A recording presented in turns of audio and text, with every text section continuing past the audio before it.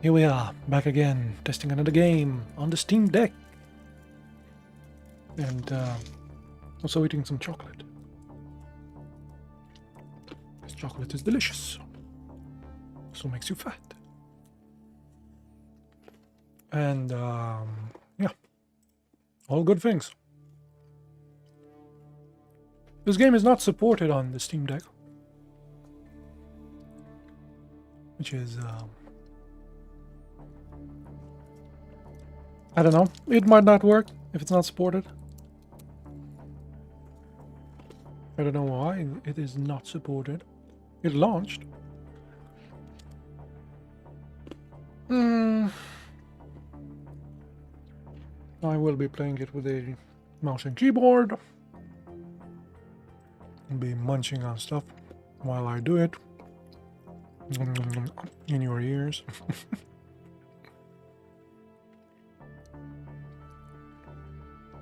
And apparently the dudes that made this made that city manager there, where you're on top of a dinosaur walking around. A city builder.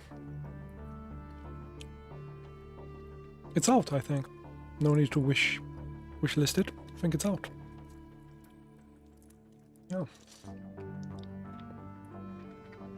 Anywho, let's do the tutorial.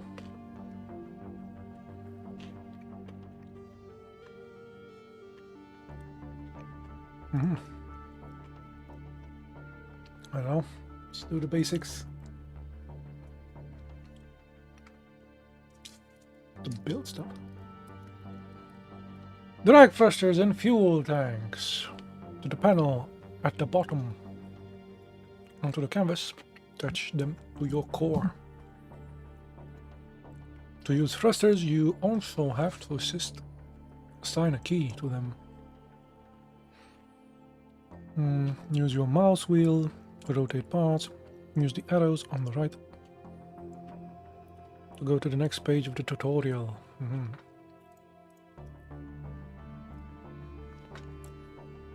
Press any key you assign to activate your thrusters. You have trouble controlling your drone, try building it symmetrically. Turn on the center of mass indicator located in the top left. You need help with symmetry.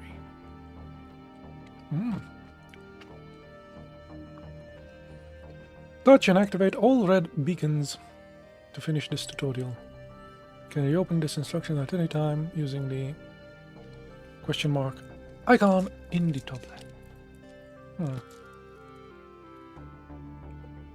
Okay, so symmetrically something.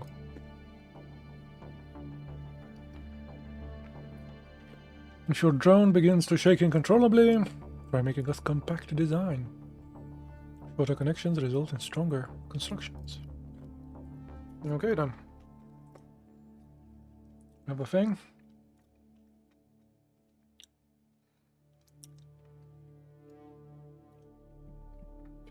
Add key to activate.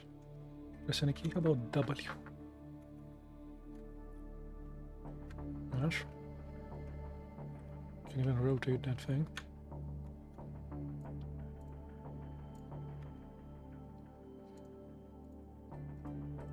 The hell is this? Fuel tank. Ah.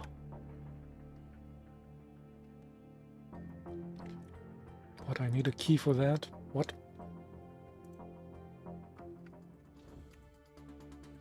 Well, straightforward works.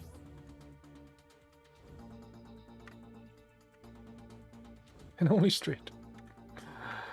I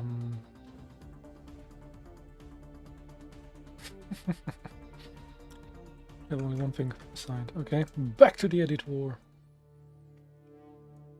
Okay, we might need a thing to help us. So it will be like D maybe.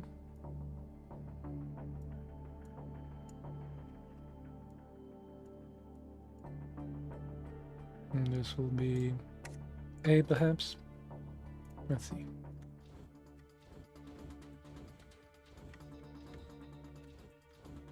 Okay.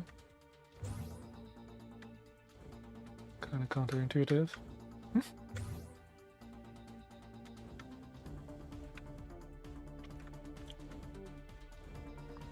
Back to the editor. Let's do them the other way around. This is A. This is D. About that. There we go. A bit more intuitive now.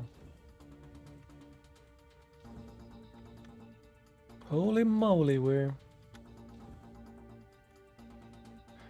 we're missing, I think, is something to go in. I think we need one in the front as well. This would be like the back. So back, forward. There we go. Now we're cooking.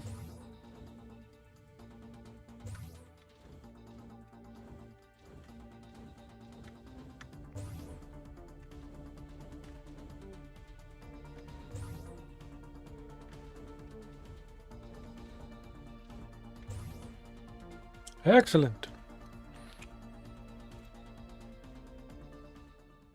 About battle.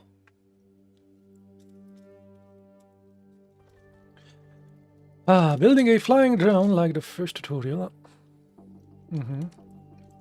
Attach weapons and batteries to it. Don't forget to assign B for your weapons. Destroy all green targets Finish the tutorial. Okay.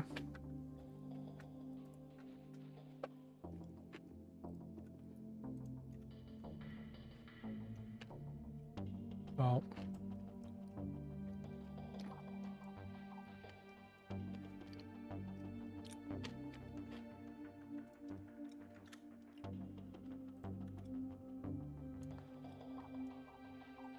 Still don't know where the symmetry thing is. I am building it kind of symmetrical, but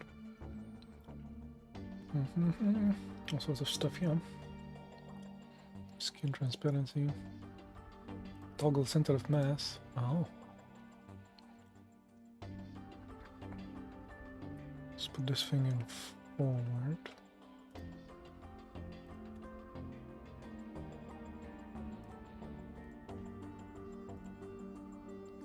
What if we put a fuel there? About now. Closer to the center. Okay. We also need a kinetic blaster. I guess we want them to fire in front.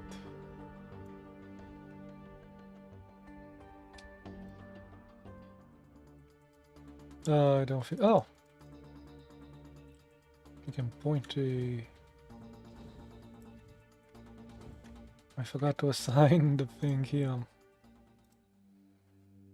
This one is D, this one should be A. Okay. Left mouse, E, what else? No energy. Overlapping parts.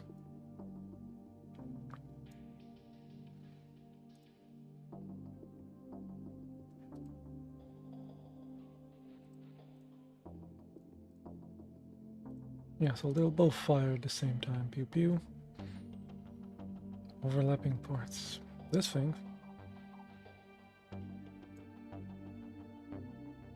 No energy. Oh, we need a battery. There we go.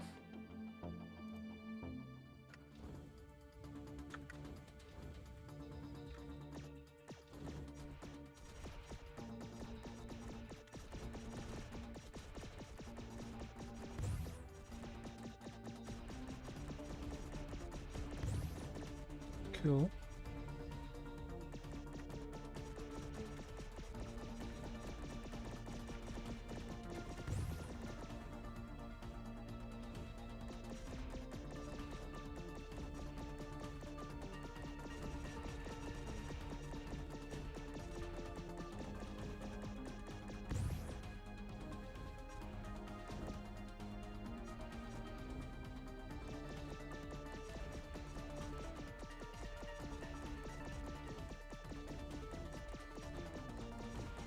Yeah, it's a bit trickier. Okay. Excellent. Advanced building. Link parts together by dragging them onto other parts to build bigger and more complex drones. If your drone begins to shake, shorter connections. Linking too many parts to a single one may make your drones unstable. Shorter connections.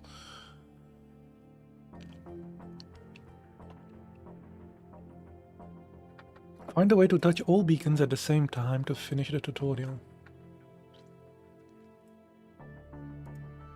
What?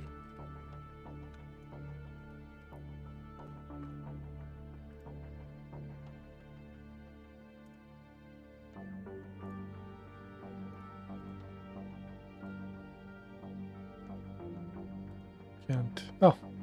No, no.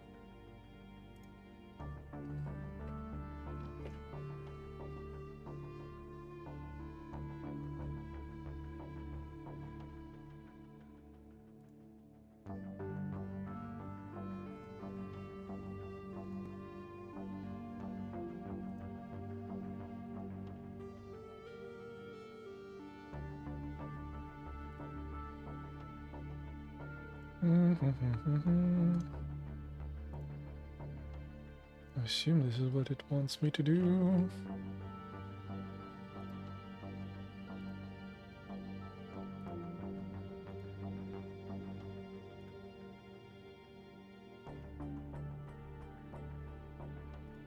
Okay, so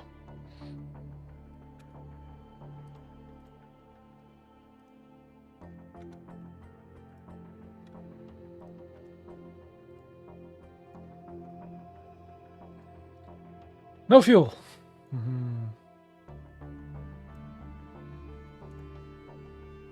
There we go, plenty of fuel.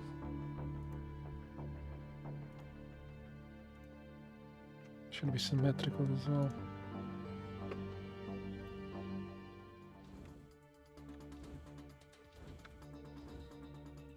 Oh! Shaky.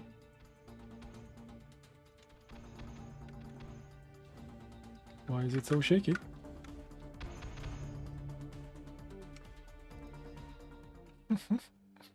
Did say it was if it's too big or something.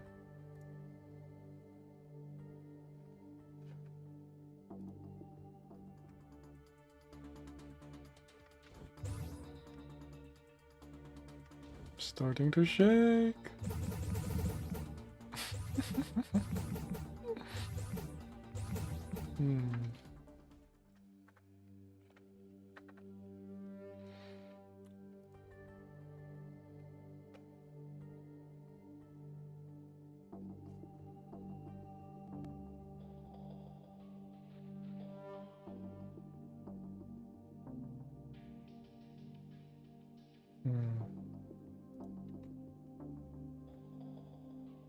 More compact design. I mean, it worked, but I guess we need a more compact design.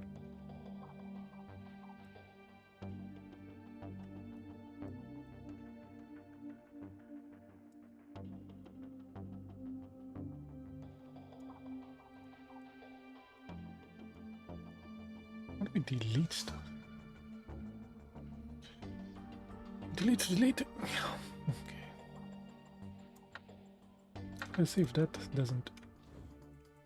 Oh, this one shakes as well.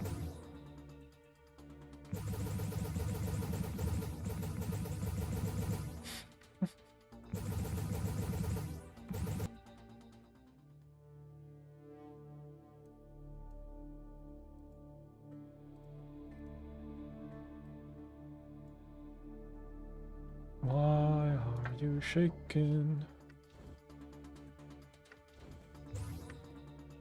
It's no longer shaking.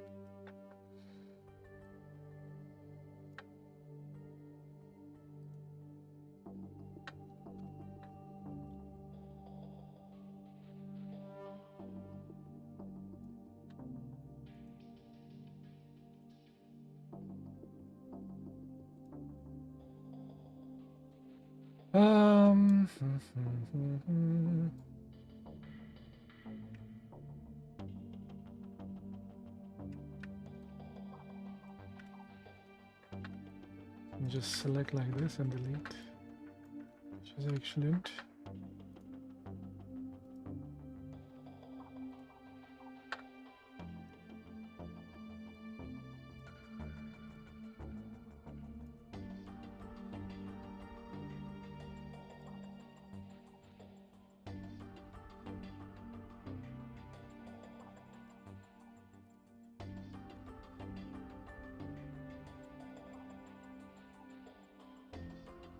And if I do it, no, if I do like this, copy and paste.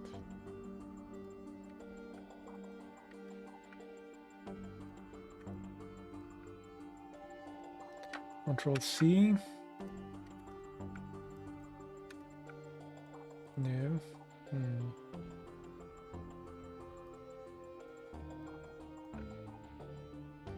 flip vertically. That didn't work.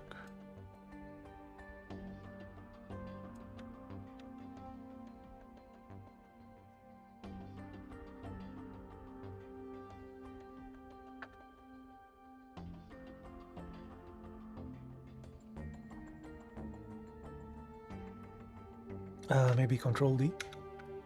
Ah. Okay.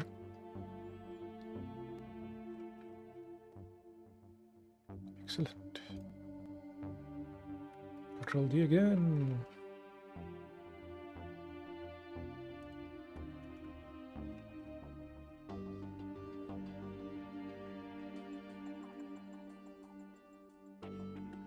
That's W. That's also W. No. Should be S. I mean, it kind of depends. Maybe I can put this one to be S. Oh no. W. S.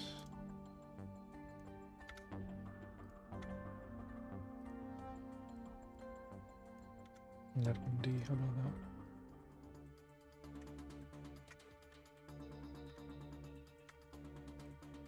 Doesn't wanna. Oh no, no fuel. I'm sure. Sure, that's a thing. No fuel.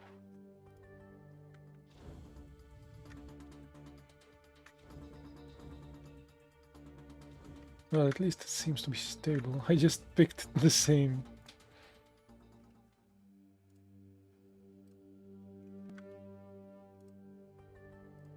There we go.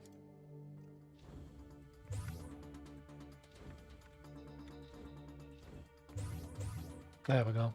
And stable.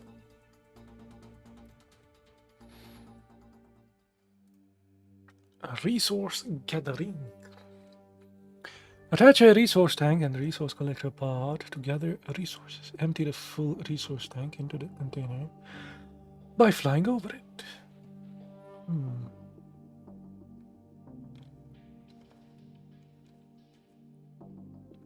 Collect the required amount of resources to finish this tutorial. Hint! There are two kinds of resources in the game. They can be exchanged for a variety of cool stuff depending on game mode. Exciting.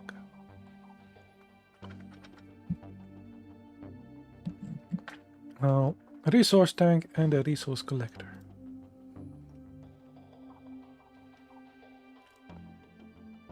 And that's a resource collector and that's a resource tank.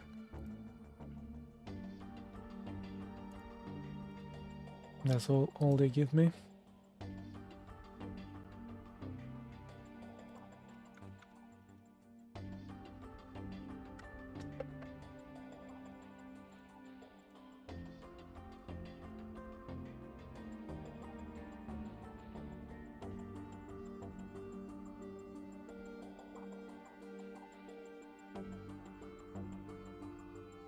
Let's put these to close.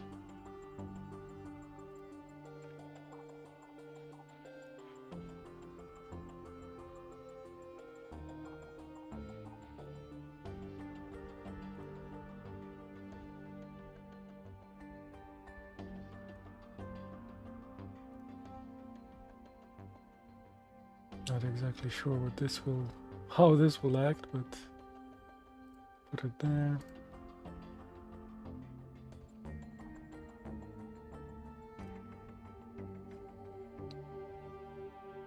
Need a fuel and energy thing.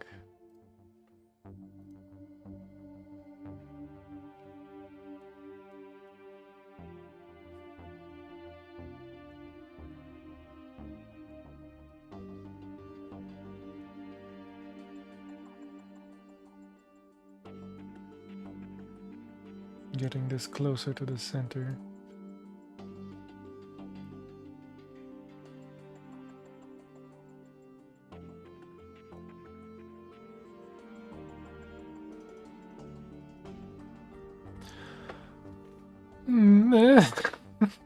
Okay.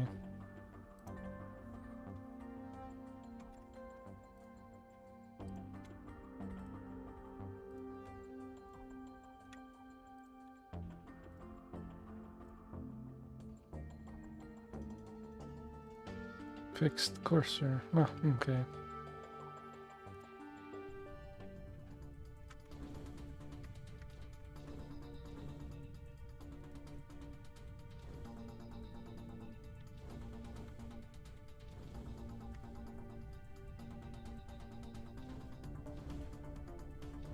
Do I need to...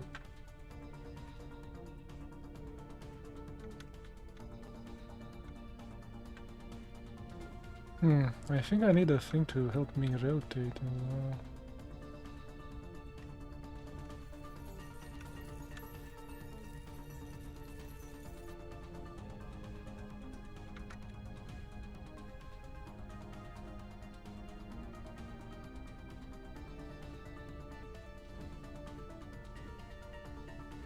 Yeah, I need a rotatey thing.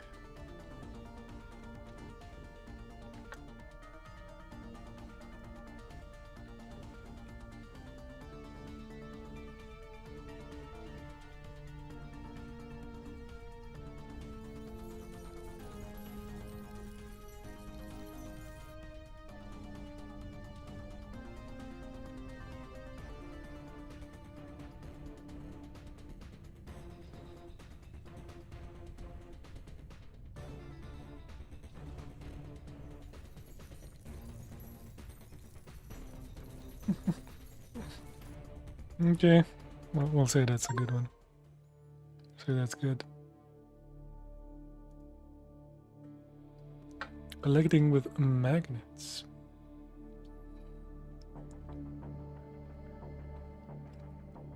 Magnets can be used to attract magnetic objects in range. When activated, attach magnets and batteries to your drone. Do not forget to attach a key to activate your magnets. Drop 3 boxes into the container and complete your tutorial. Okay, so that's a thing.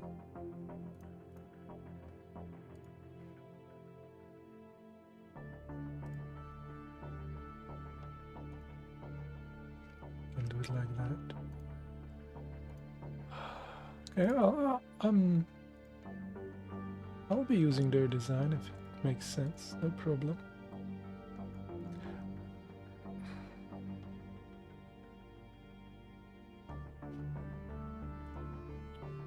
And 2 in the back there. How do you turn with this thing?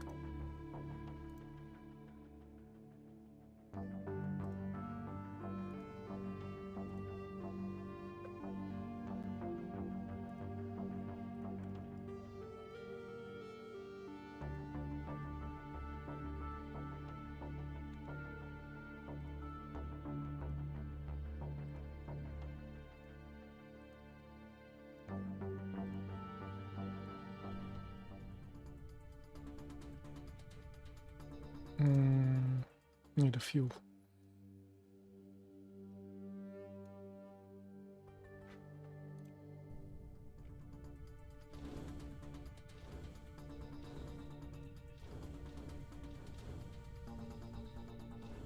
Yeah, okay.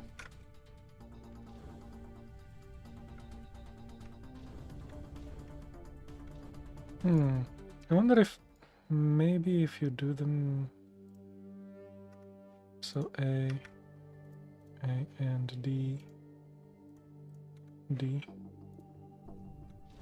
Ah.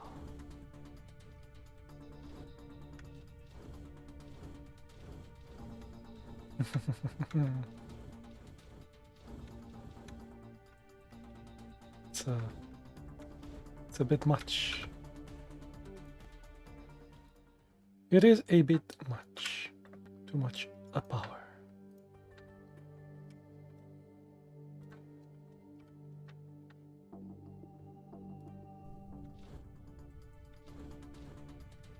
Oh, but you can't put it the other way around.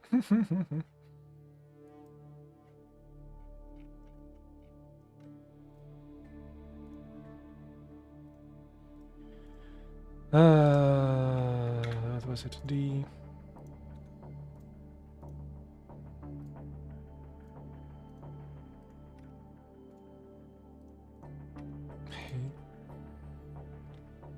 Small magnet.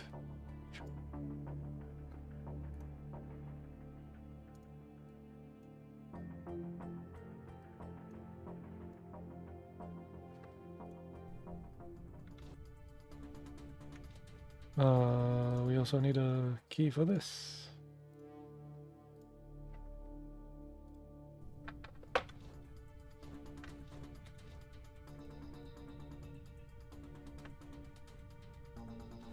No. I need to keep pressing. Okay.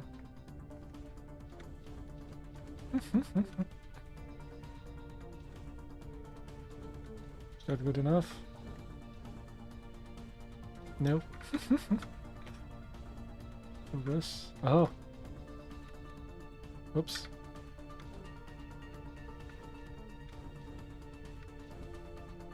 Have way too much spin. Even the slightest thing gives me too much spin.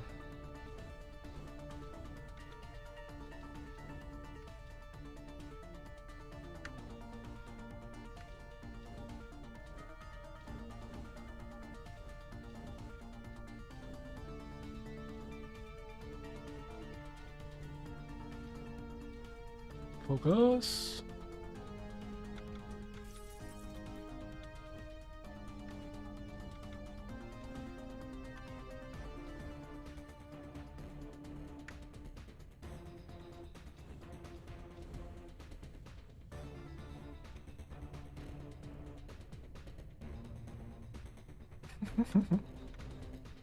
Come on.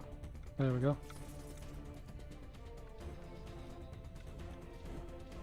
Just suck. Ooh, I think I damaged those by going too close to that flame. Okay. We need better designs. Designs suck.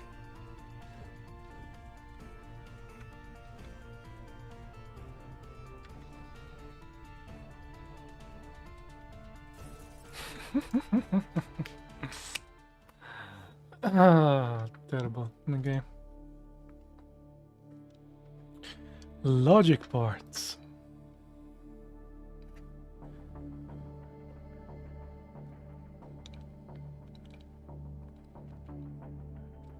Here, your keyboard and mouse inputs are blocked. Build a automatic drone that can fly in a straight line without your input by using a button part. The button part simulates a key press, so assigning the same key to your button part and your thrusters will activate them automatically.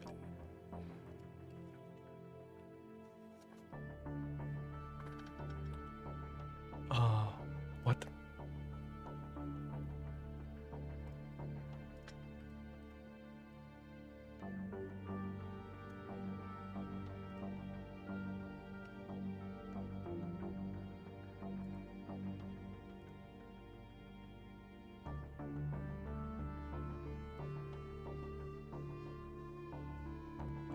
About like that.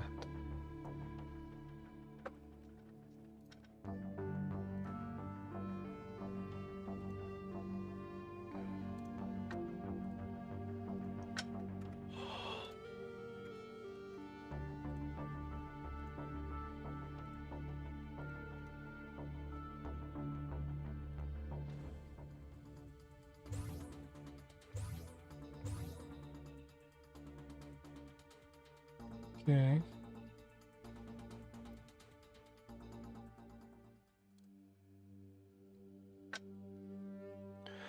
Build a drone which automatically detects targets with the provided sensors. Use the outputs of the sensors to activate the weapons. Destroy all targets to finish this tutorial. Increase the distance settings of the sensors if you have trouble detecting other targets.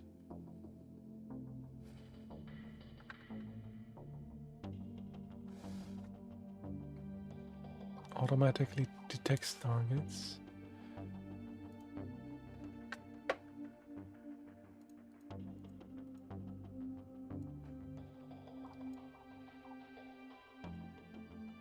A laser. Distance sensor. I mean, I don't know.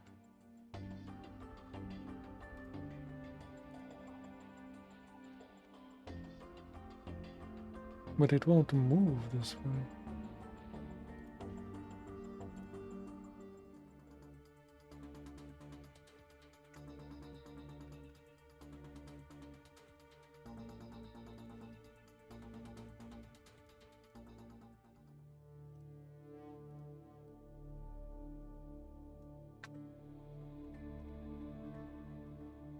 I mean, oh, I can increase the range. Okay. Oh, hello. Okay.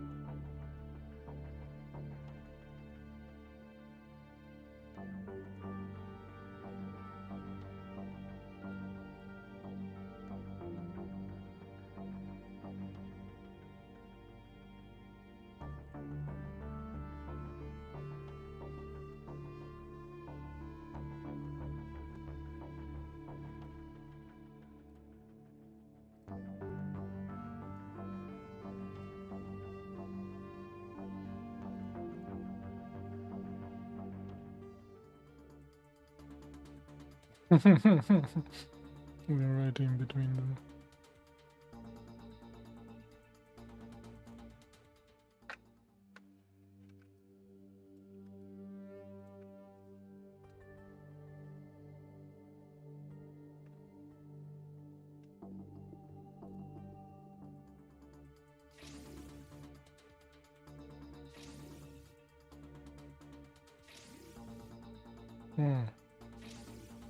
Interesting.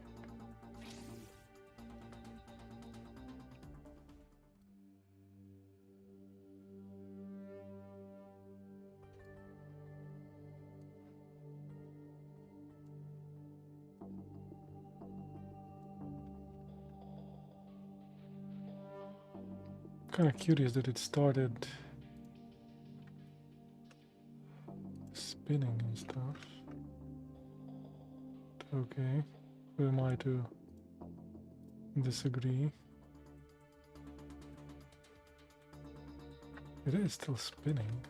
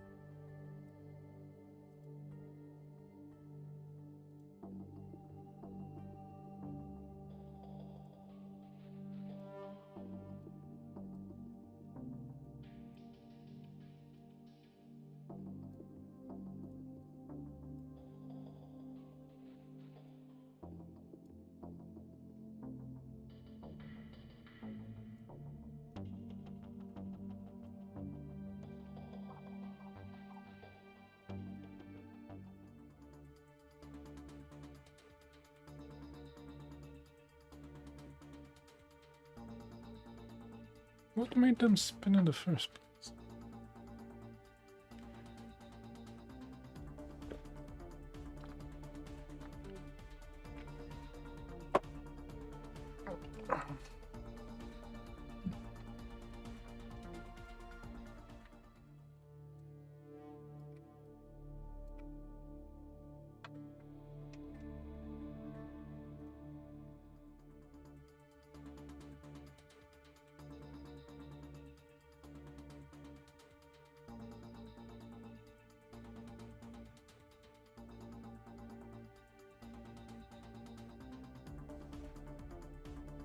Is it the light pushing the thing? Causes it to spin without anything? Why is it fighting that one?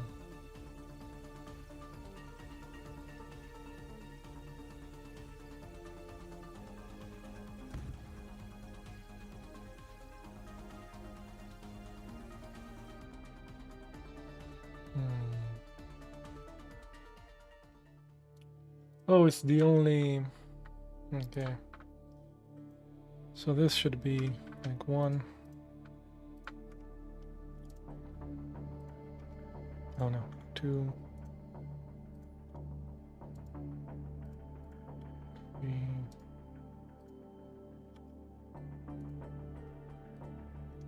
4, and a 4.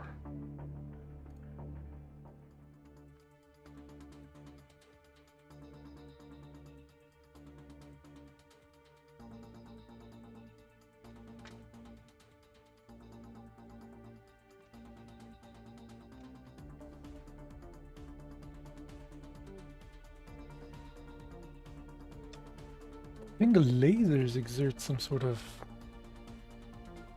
movement thing.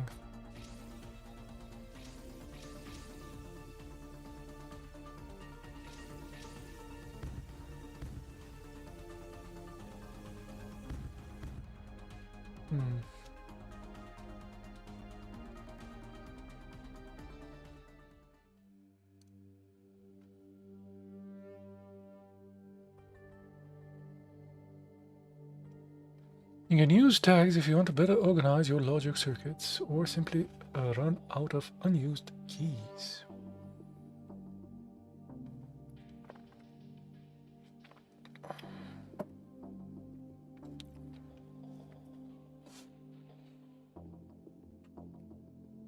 In this tutorial, key bindings are deactivated. Activate the tag options in the top left corner of the screen to use tags to activate your thrusters. Activate all targets to complete tutorial.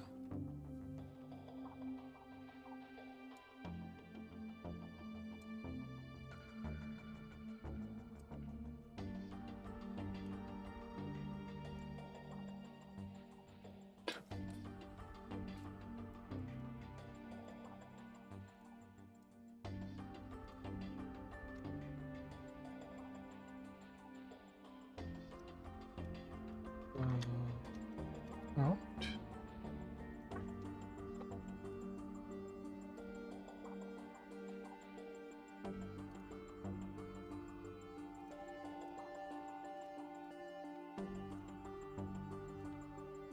I don't have a list of them.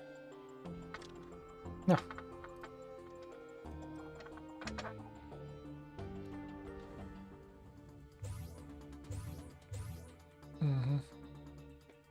Okay.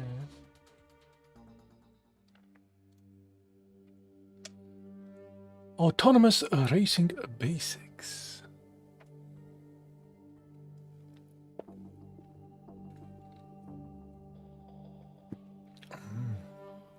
The VTOL thruster provides thrust towards a specific target. Select the next waypoint in its settings and it will keep itself on track. Cross the finish line to complete this tutorial. Once again, your input is deactivated. Use the button part to activate the thrusters.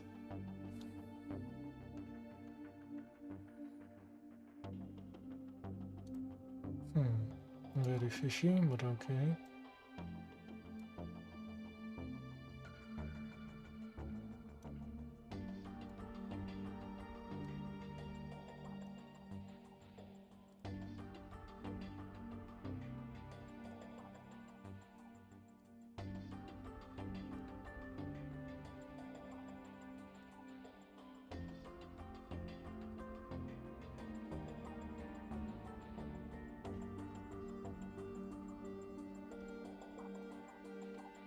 Target, gravity, fallback, gravity, normal. Cursor, drone, core, enemy drone. Next waypoint.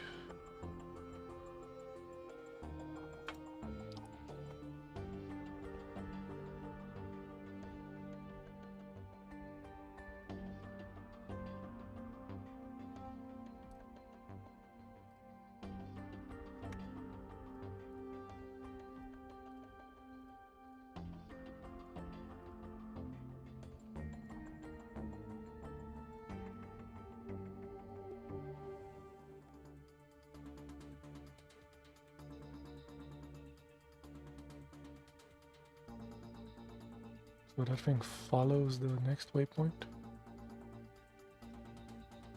That's the next waypoint.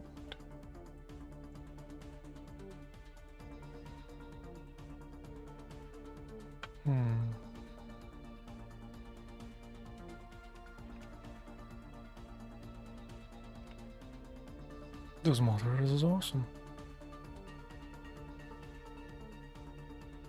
Okay.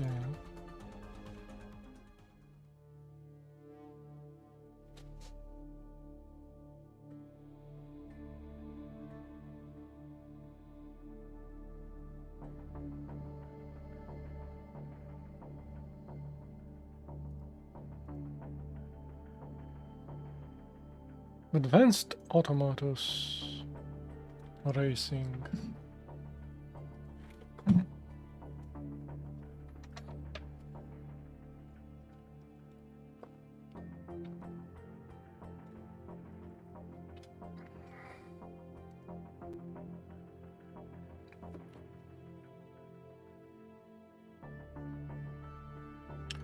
The directional sensor points towards a specific target. Set the sensor target next waypoint and use two outputs to activate the two sideways burners to keep your drone on track. Add forward thrusters in the bottom part for needed acceleration.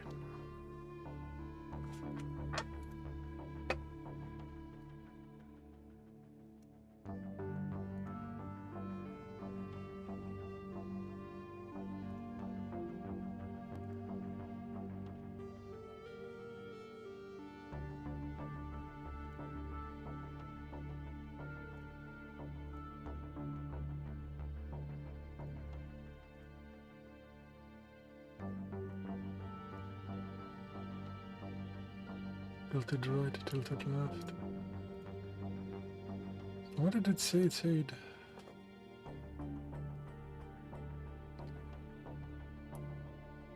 next waypoint.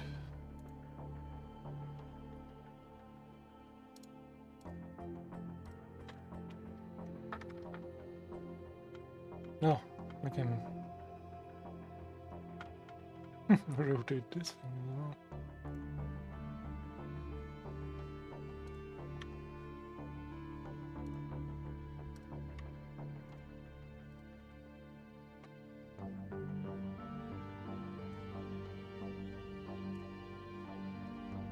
No. Free. Yeah, free.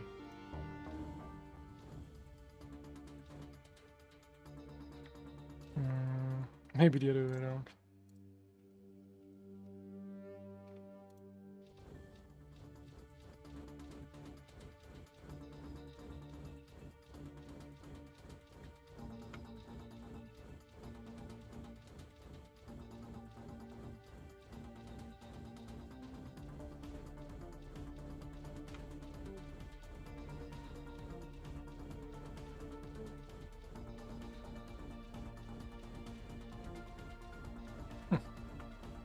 Interesting.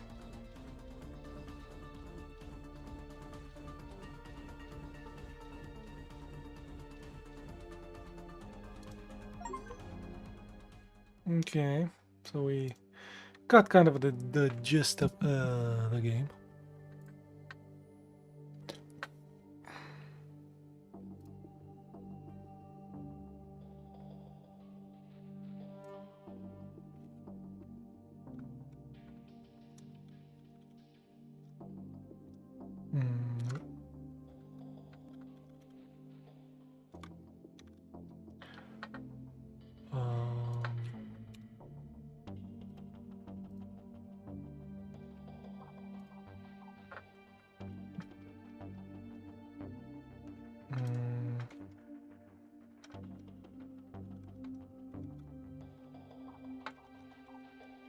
Yes.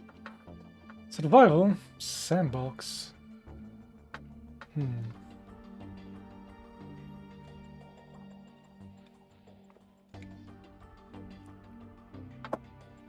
Which means survival, I guess, would mean we die. Let your creativity run free. Unlimited drone parts, various configurable settings. Everything is possible. So I guess this is the regular one. Okay. Let's see.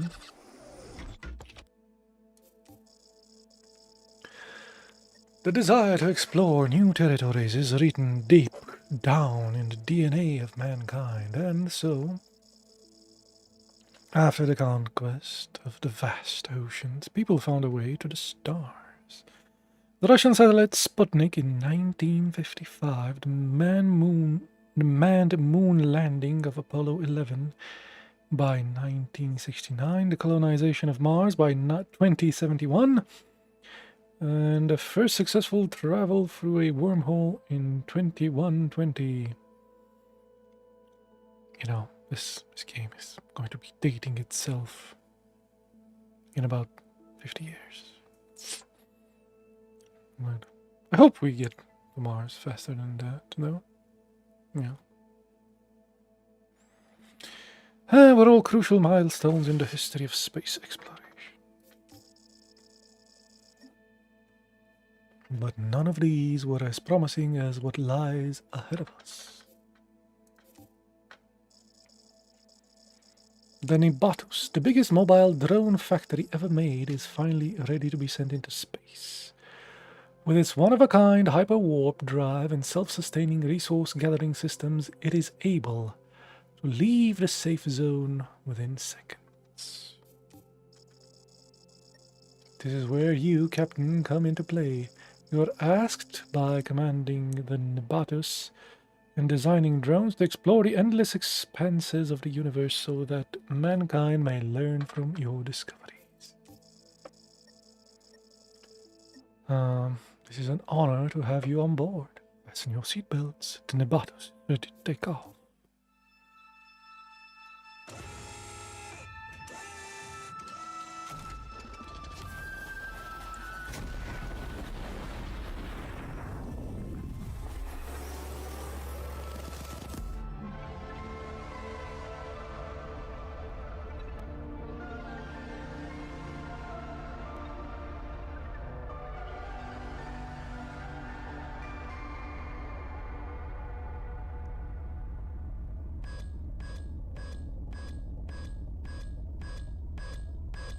Beep.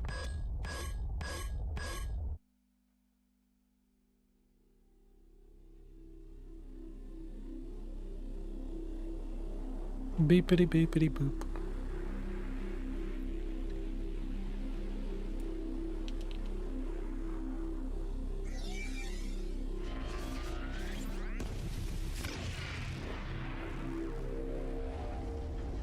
Someone shot at us. Rude.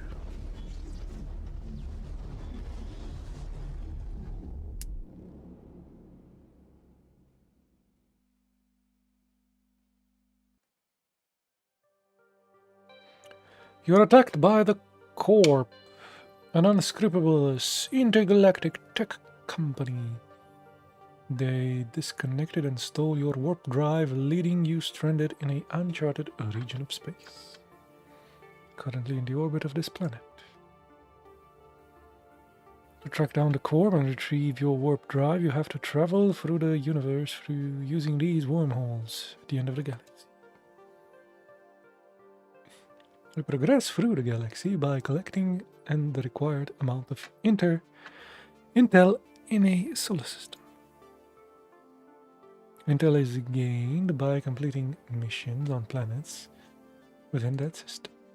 The amount of intel obtained from completing a mission is displayed here in form of triangles. More challenging missions usually grant more intel. Here you can see the mission's name, completion status, and rewards. Explore the planet. Incomplete. And this to visit the location, they're going to give me a reward. This is the location screen. Here you can see information about the current location. And more detailed information about the current mission. Click here to proceed to your hangar and select a drone for your mission. Drone hangar, since you haven't constructed any drones yet, it is currently empty. Create a new drone. Drag thrusters and fuel tank from the panel at the bottom onto the canvas. Attach them to your drone core. You can rotate parts using your mouse wheel. Use only available parts, and don't forget to assign the key to the thrusters to activate them. When you are happy with your drone, you can test it by clicking Test Flight, or save it by clicking Save and Exit. If your drone shakes, more compact design. If you're having trouble, you can go to the tutorial. Okay, we did the tutorial. Small fuel tank. Small thruster, big thruster.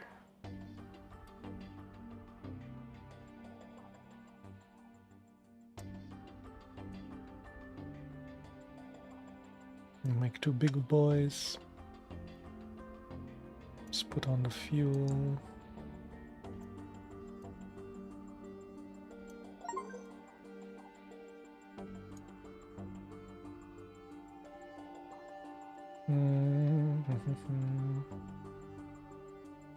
I was actually curious to see if if this design is okay.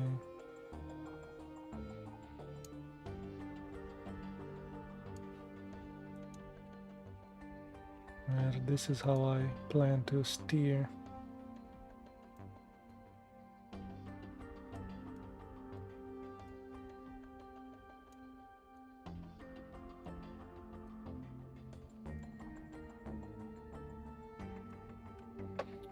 Okay, so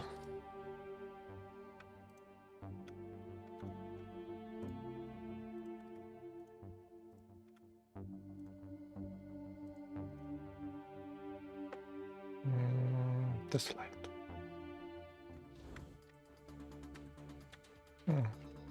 Seems to be working.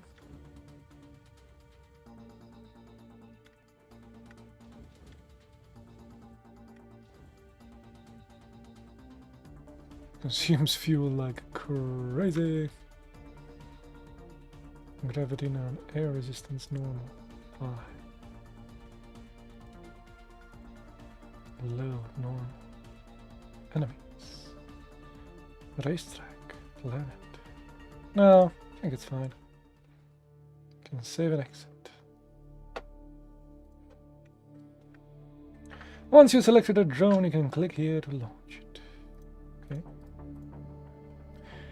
Or here to go back to the workshop and improve it. Okay.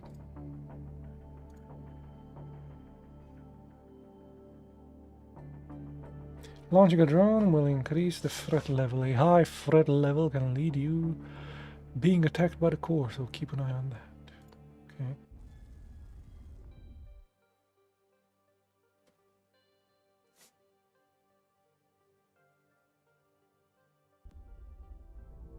Explore the planet.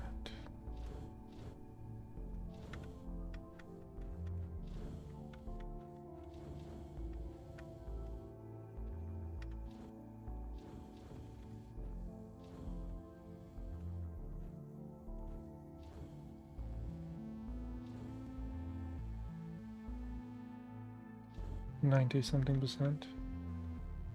Can I go inside it? Is that what it's telling me?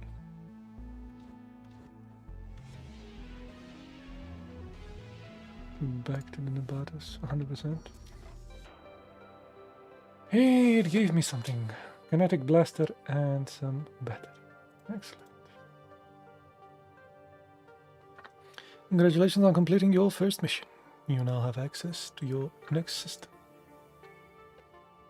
Click on any uncovered location to see what awaits you there. 48% threat.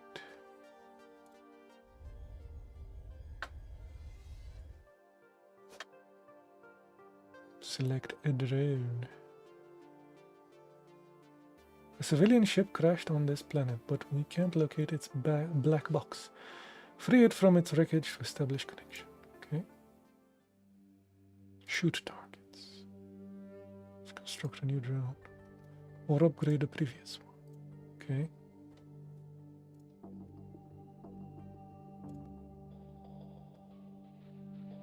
Oh, some points. Be aware if you go above 10 drone pods, it will cost you a certain amount of tritium. The yellow ore to construct and launch your drone. Okay.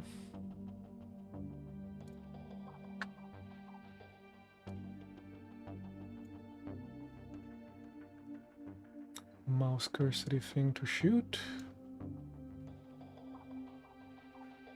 We also need energy. Maybe put it like here, like this.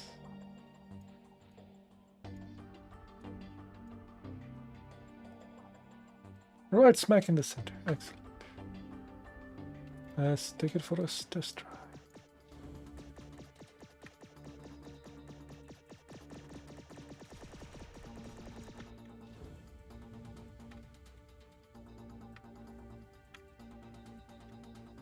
Okay.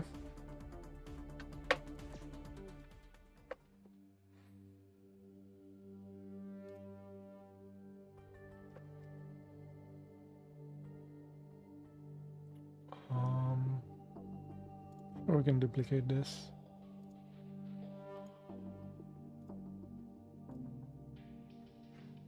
Can we give it a name or something? Drone cool. Oh, no skins. Oh, can you put some skins? Okay.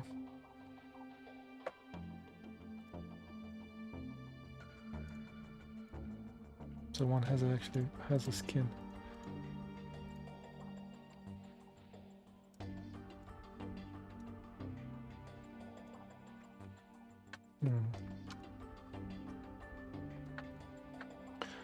How do I change the name though? If I edit the thing, I can't change the name.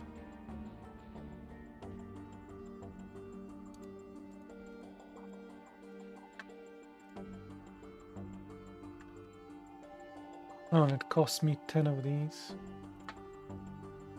What if I delete one of these? And one of these. There we go. No more costs.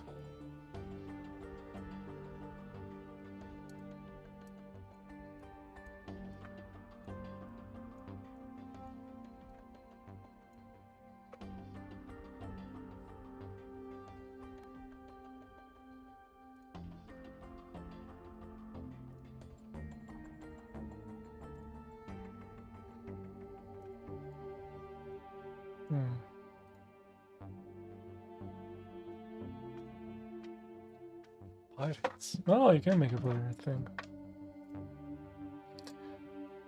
Oh, no. It's fine.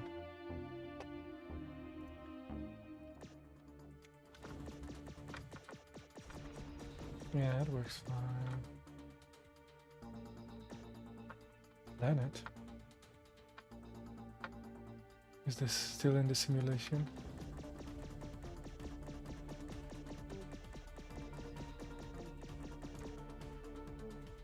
Okay.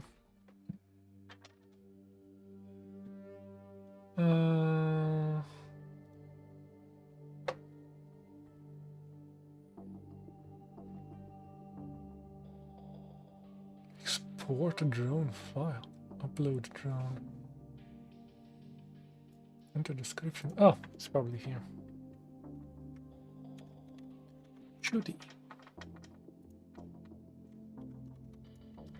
It's point and shooty. Let's go.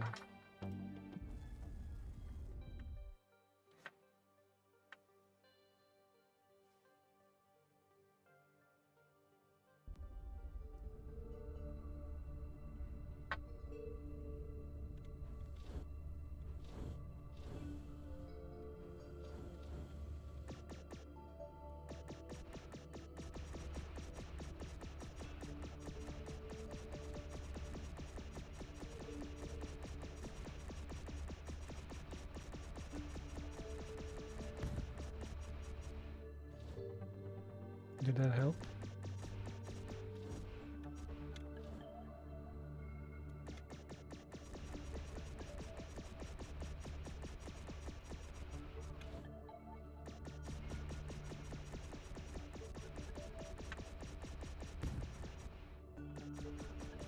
Oh!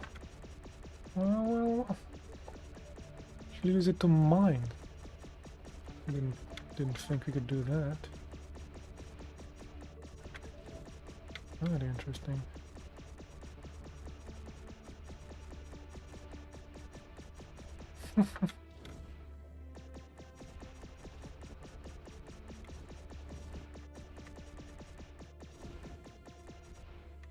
I'm kind of stuck on something.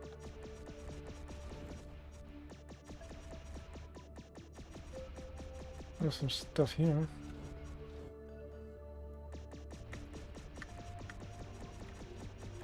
Can kind of destroy it. I'm not sure I can take it.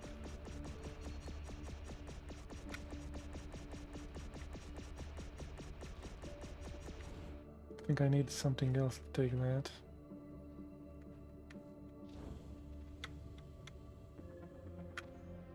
Let's not get stuck. There's also some gravity at work there. Find black box container on the wreckage. I did destroy one, so that wasn't it. Need to find something else.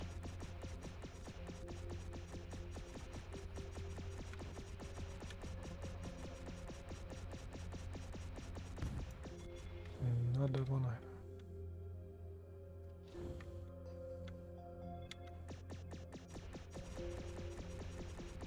Yeah, we're falling into the planet.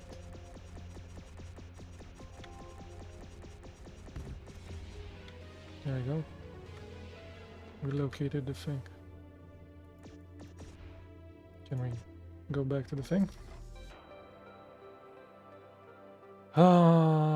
Unobtainium! My god. The thing from Avatar.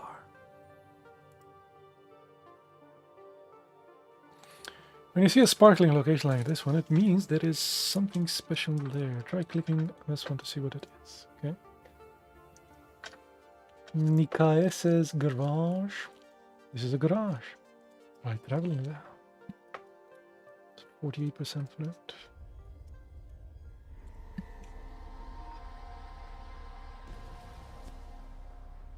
Caught up with me, the core, and opens fire. A few shots hit you and manage to penetrate the hull. Oh no. Not penetration. You manage to escape once more, and the enormous ship loses sight of you. For now. In garages, you can repair and upgrade the Nimbatus using unobtainium, the red ore you received as a reward in the previous mission. Tritium and unobtainium can be obtained. Oh no. Not obtained. You can't obtain unobtainium through mission, reward, or mining. For a more in-depth explanation of the process of mining, we recommend you play the dedicated resource gathering tutorial accessible from the main menu. Right now, you only have enough unobtainium to repair some of the damage to your hull. If your hull integrity drops to 0, the Nimbatus and the game are lost. So repairing it is always a good idea. Who doesn't like that? Repairing stuff. Should do it.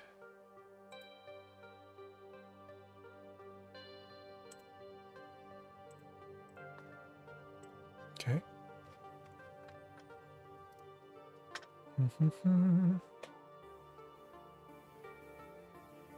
Hello. Fanpy? Hey. Repair button to spend unobtainium and repair Nimbatus. Okay, so repair. That gives me one more hull. I guess I can repair here in the garages. Cool.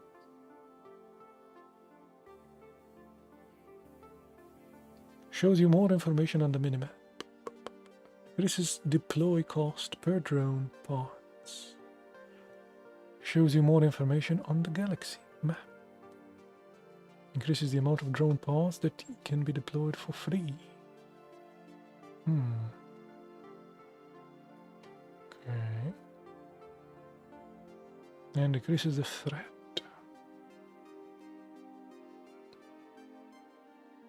Well, since we are at 0.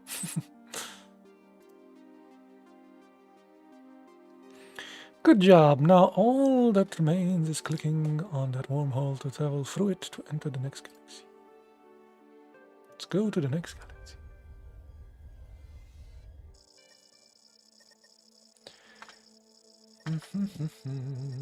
Connecting to ground control failed. Restarting connection attempt.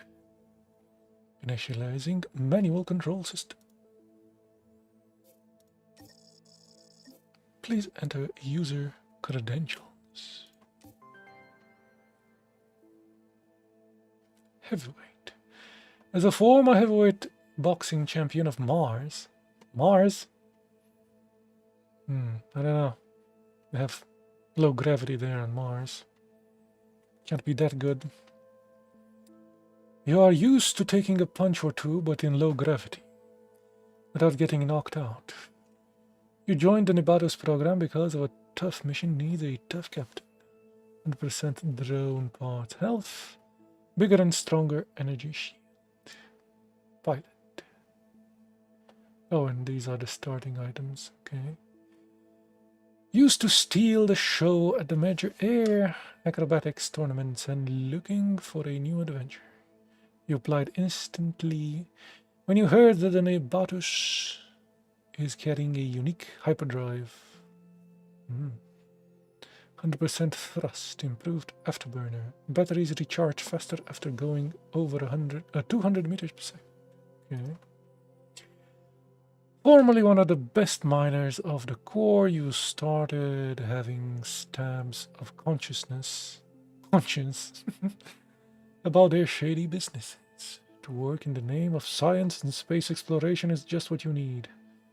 More resource mining efficiency. Drill collected resources. Okay. Researcher, engineer, programmer. Only recommended for expert players. Well, I guess we should start with this guy, the first dude. I assume. Blocks, battery, fuel, thrusters, big thrusters, energy shield, magnet, okay. Resource tank, resource collector, blaster, and plasma shotgun. Okay. Sure, why not?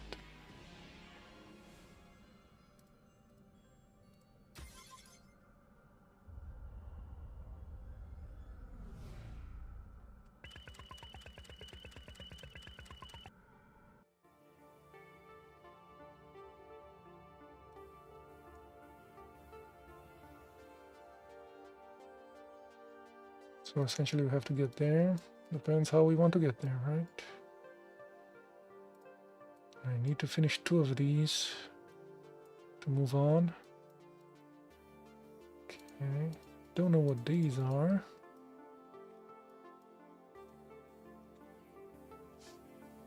Destroy Corp transmitter. And give us a weapon. Locate the black box. Incomplete. Give us some tritium. And a small fuel tank. Well, considering we need to do both of them, right? Select drone. What? No, no. None of the other older drones? Okay.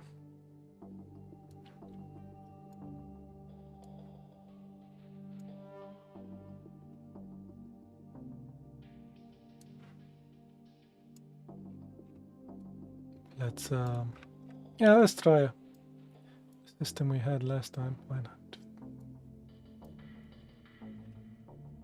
Seem to be working.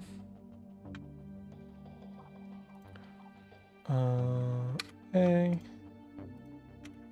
D, WW is fine. Going to need some fuel.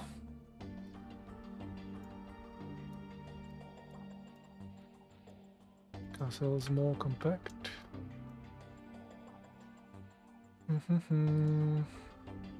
It's fine. Center of gravity.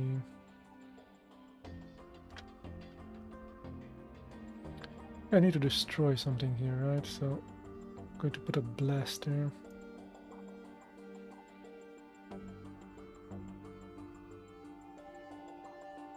And this thing needs a battery.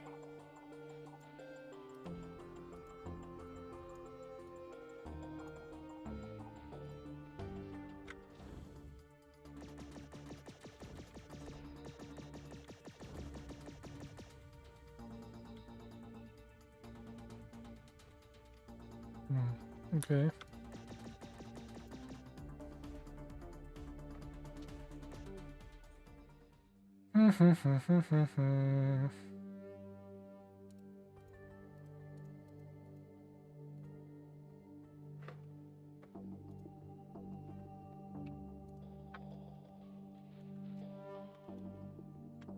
Shooty. Point and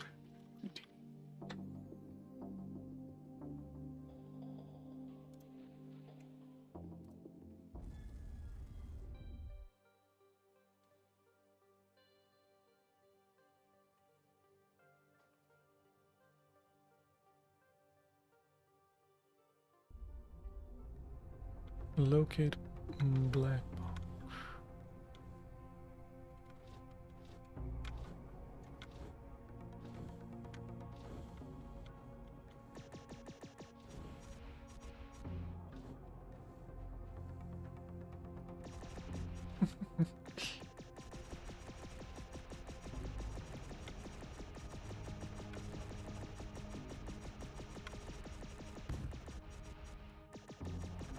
Is that? Guess not.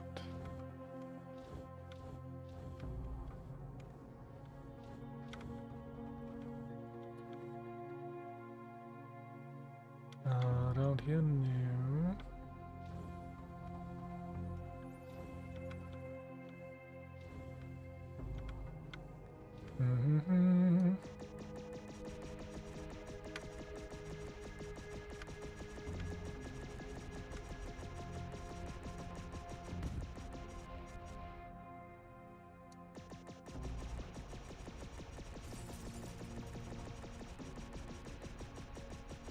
I mean, I don't know what that would bring. Something here. Don't know what that is. We'll figure it out.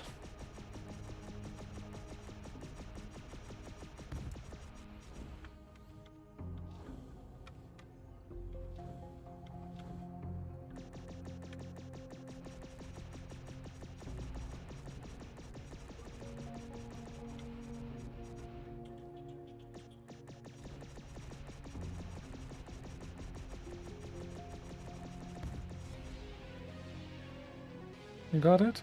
Okay, so we can go back. Okay.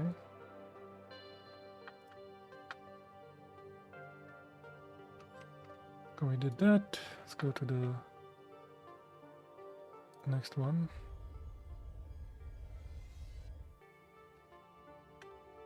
Destroy a transmitter.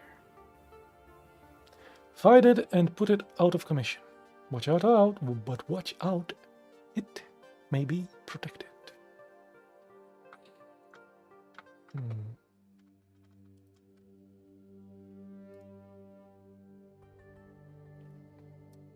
What if I make this shorter? I think it's kind of long.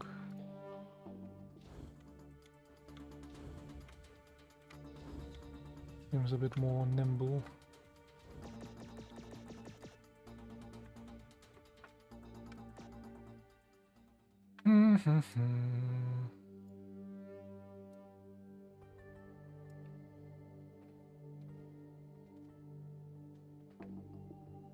I think I can put more stuff. Do I have another one? I do have two of them, right.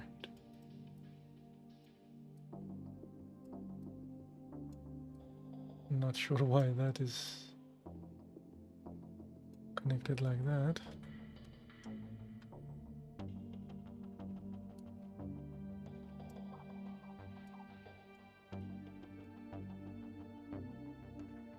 Could put more batteries.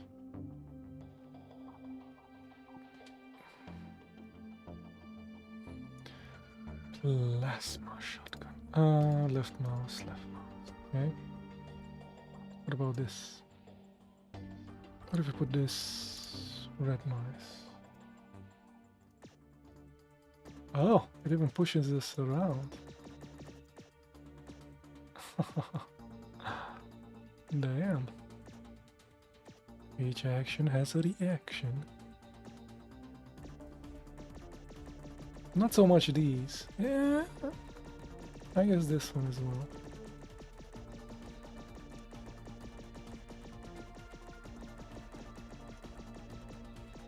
Still shooting.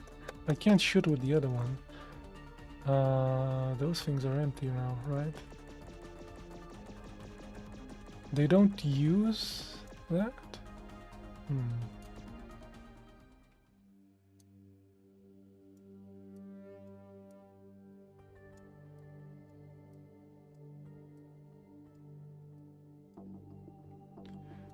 Let me see.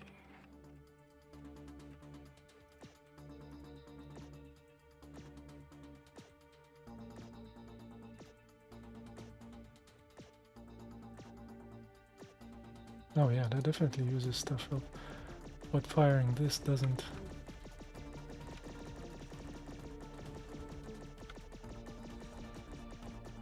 No. Those used up as well.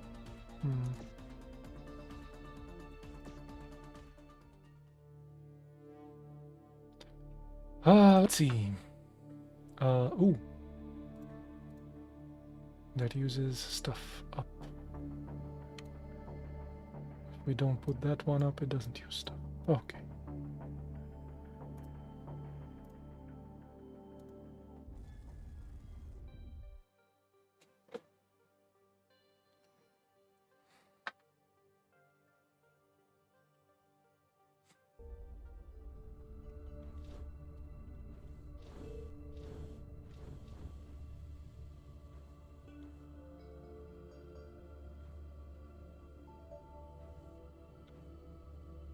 Need to find a transmitter.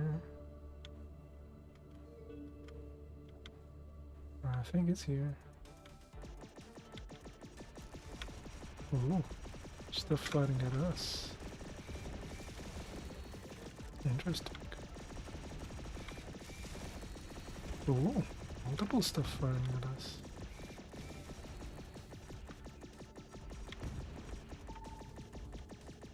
Can fire behind as well. That's useful.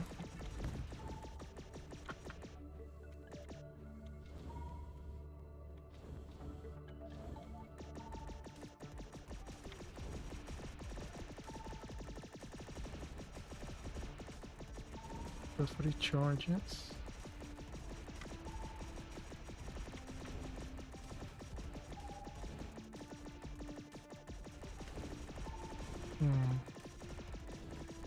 I'm not sure I can destroy that. More stuff came out.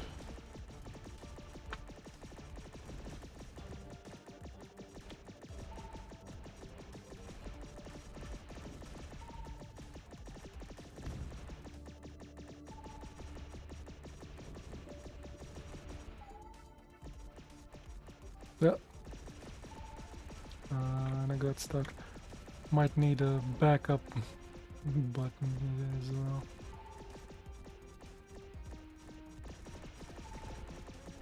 Come on. Push.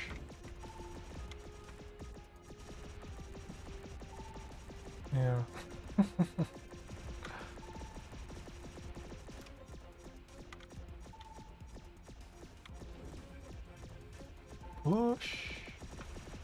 We stuck on.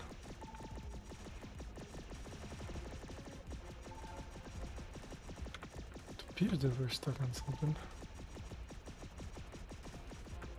There we go.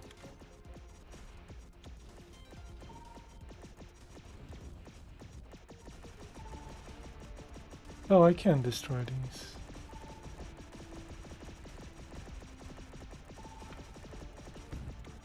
Yeah, okay.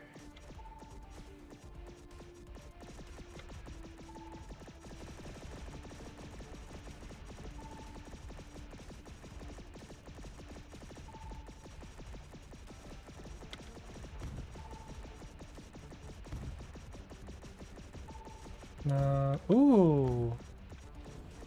Interesting. I lost the thing. Very interesting. Lost my...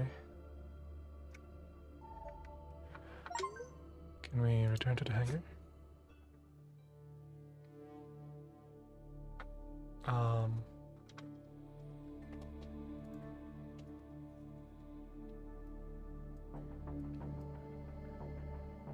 What if I put these?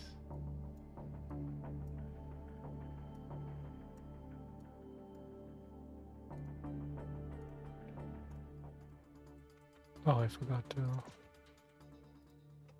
right click.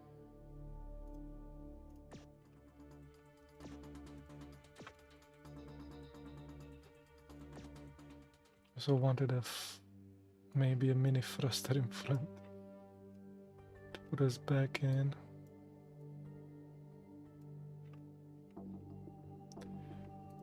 This should be S. There we go. Small mini thruster to take us out of stuff. Okay.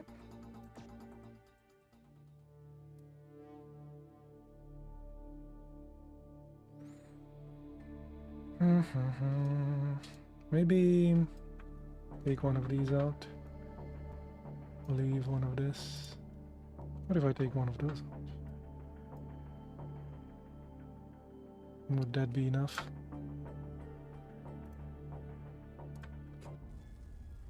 Oh, it keeps adding to the threat there.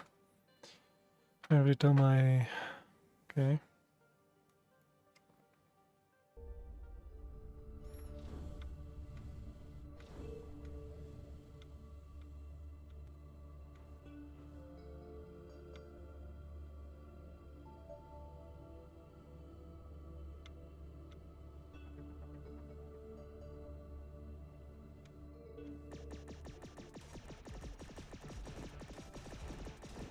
Their stuff should have different colors, man.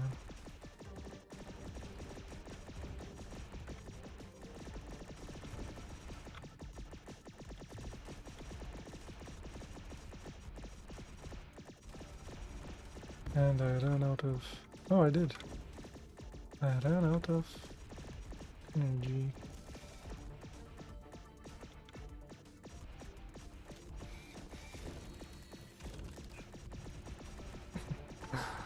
Terrible.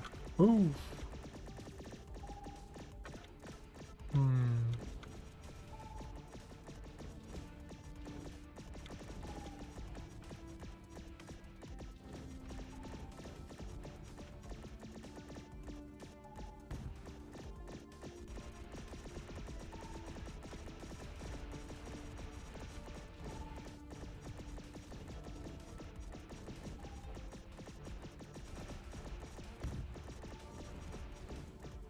Terrible. Terrible. Even lost one of my thrusters.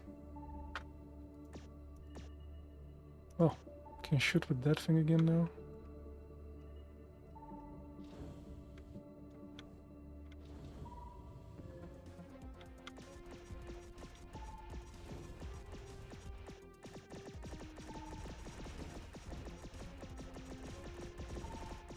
Man, their thing should have a different color so I can differentiate.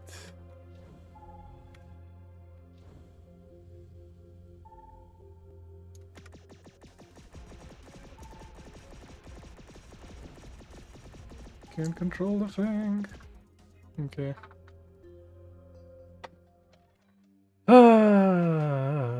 And the fat creep will go. Okay.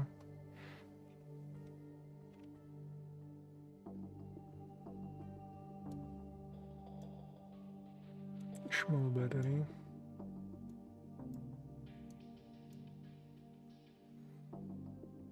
Small energy shield, oh. Need to put those on. Sure.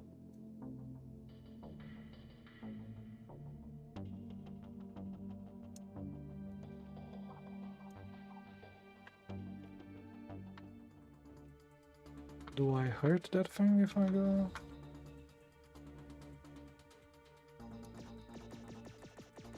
Guess not. It uses up energy a lot though.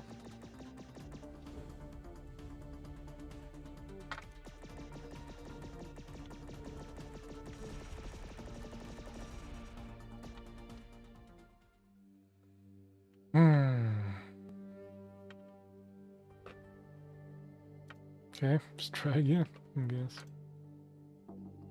And use up some of those things.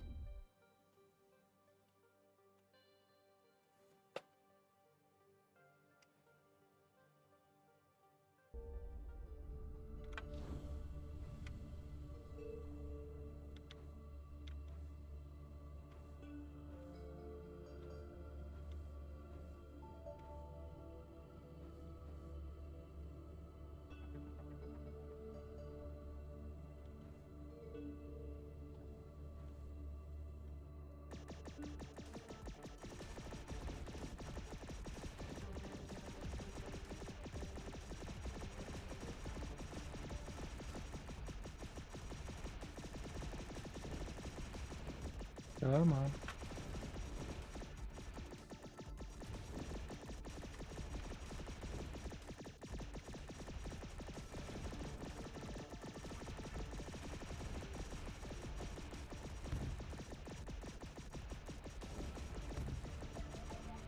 Okay.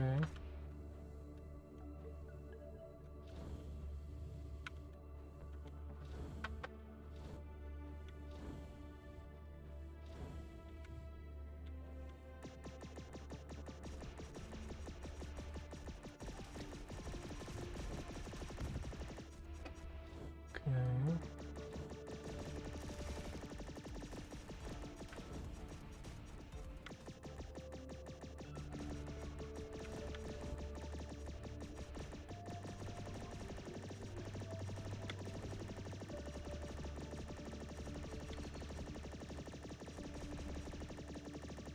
Don't need to fight all the things, just need to destroy this. Are they affected by the gravity in the world?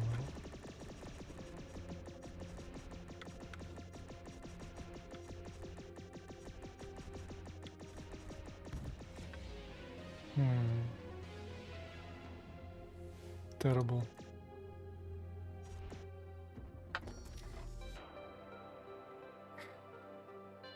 I got what now? Cryogenic shock. Small battery. Recharge rate 5. Okay.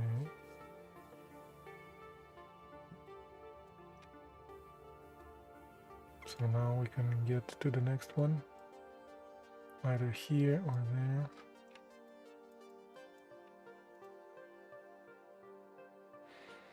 Locate black box. Collect mysterious relic. Destroy small beehive.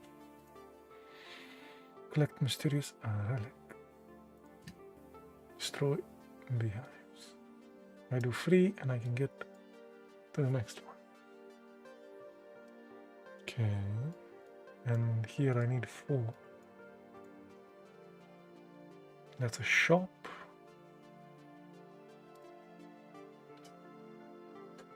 Destroy bomb bug hives. This gives me what? Hollow block.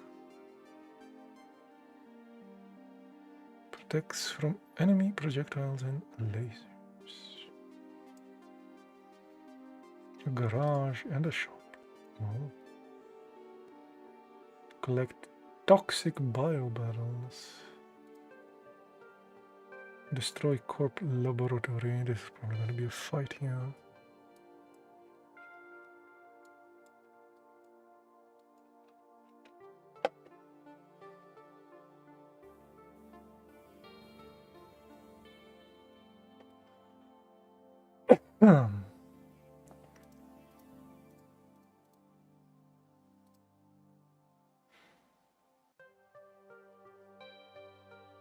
Bigger and stronger energy shield.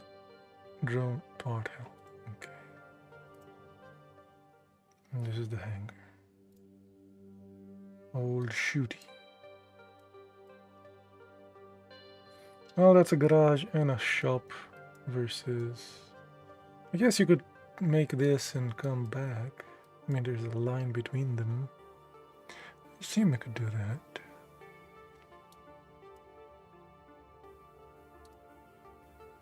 Yeah, let's go there, I guess.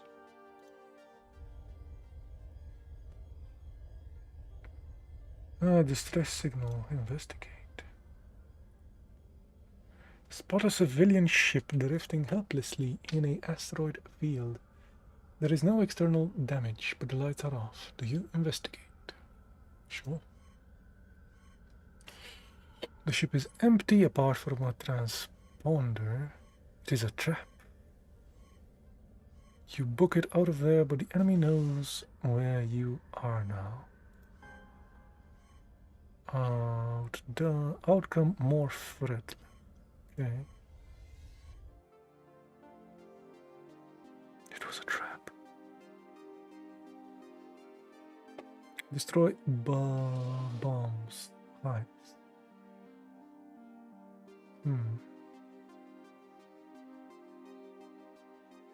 Give me some batteries.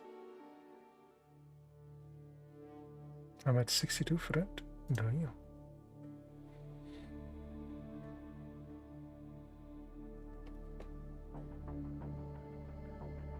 And it's going to cost me some stuff. Okay.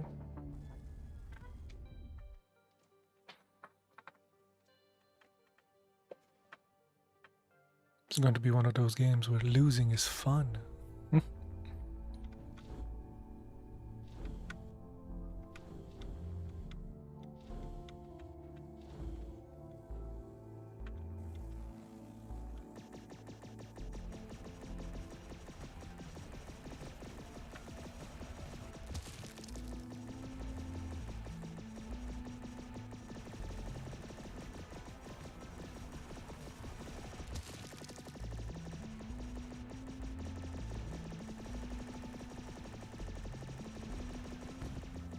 Okay.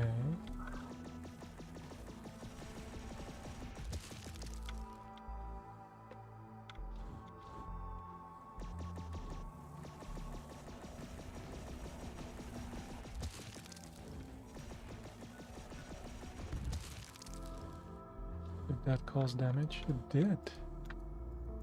It burned out my shooties? Oh no. Can't shooties. Then I can't get out of here either.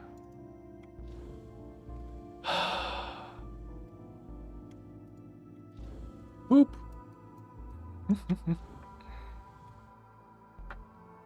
Oh, but that thing recharges. Interesting. These aren't destroyed.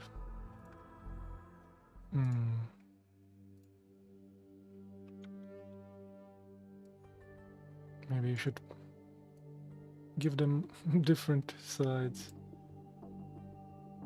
Oh, this thing needs to be activated. Really?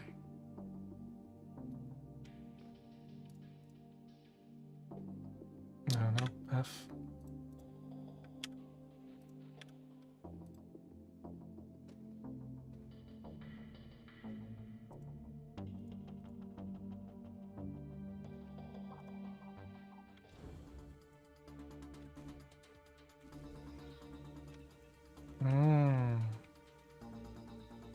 Okay.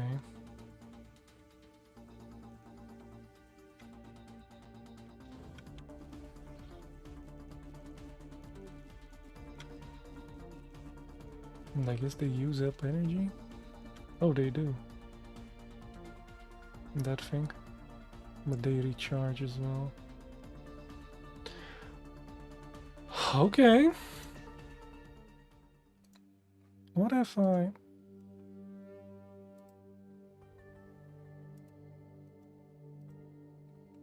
Yeah.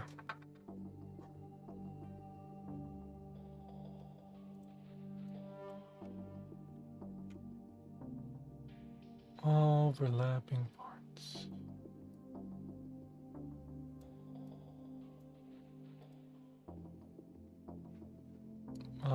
Oh, this thing. There we go. Let's go.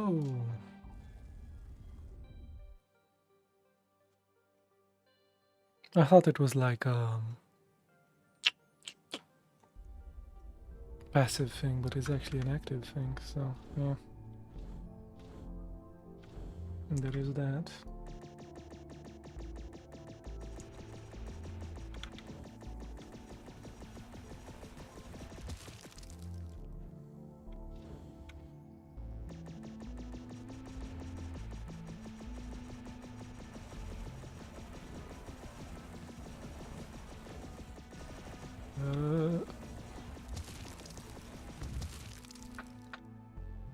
Did the shield do anything? It did nothing. Oh, come on, it broke everything.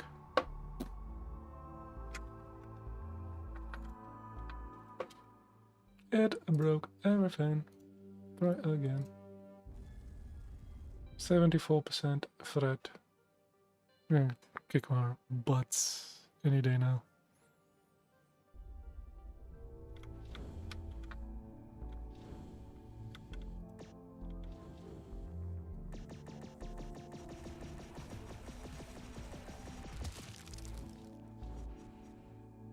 The shield did nothing.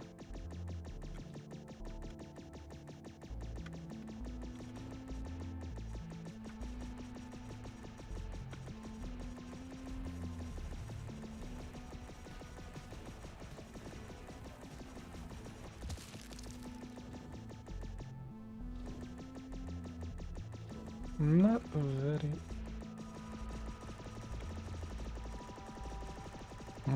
Yeah, it's the planet as well. The maneuverability is kind of hindered a bit.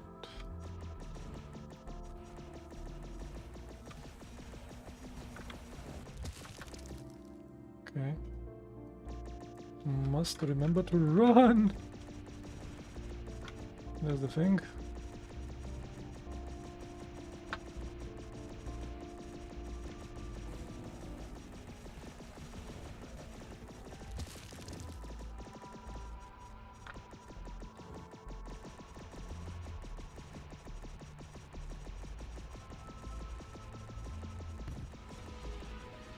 Oh, thank the Nimbus.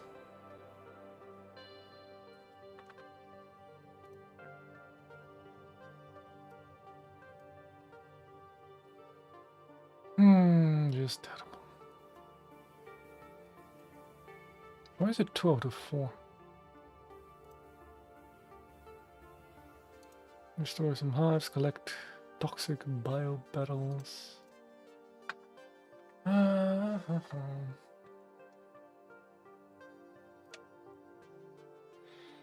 Okay. Let's go to the shop, I guess. We have 0.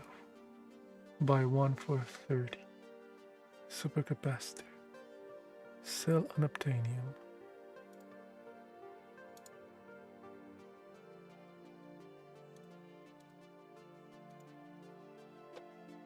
Sniper. Dynamic thruster. Supercapacitor means what exactly? Is it needed for these?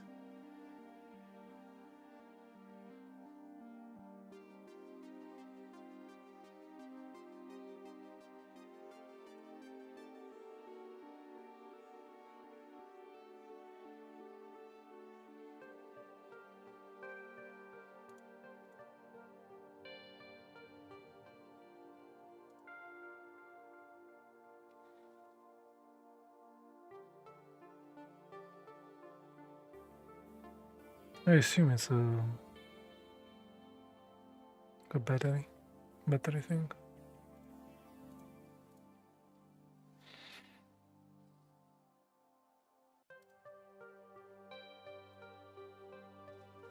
Laser.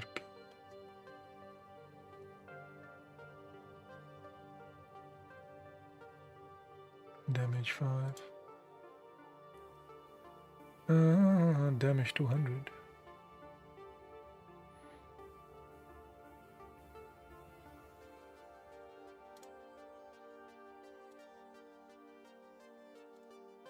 I mean, they seem to be... Oh, no, they have something different. Accuracy downgrade, minus 50% accuracy. What?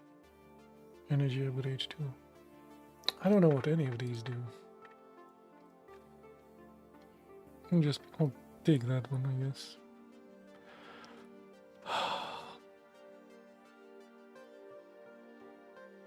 See what that does.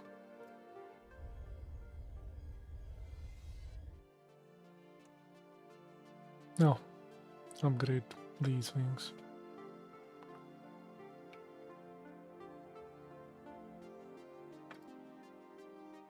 Storage.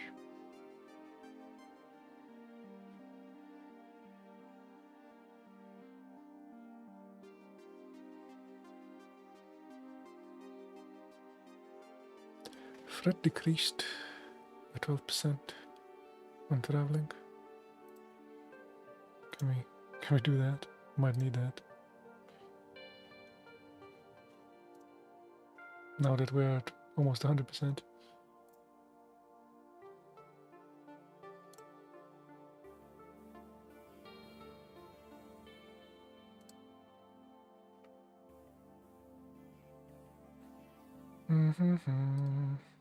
Free. Oh! So it's 2 out of 4 is actually, these missions have numbers and stuff on them. Okay, so these were just 1. These had multiples. Oh, I could travel there.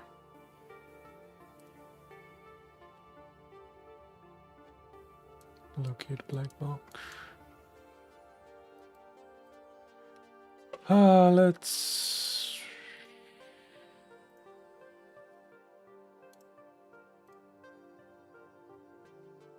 That's free. Toxic bio barrels. Collecting stuff might be hard for some reason, because they're toxic. Sure. Let's go make a collector. Yeah, this guy is here. Took a part of my hull. The threat went down. Let's duplicate. Make a collector. Whatever. Pointing grabby.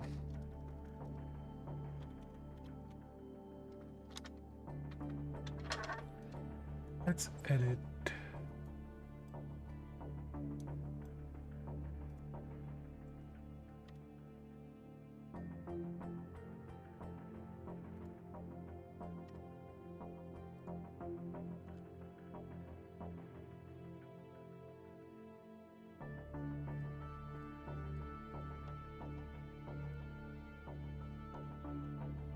Magnet, I assume.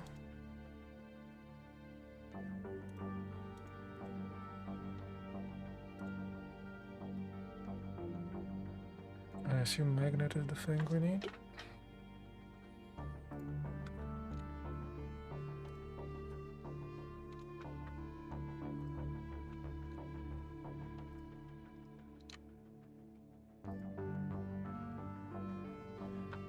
Does the magnet need a battery?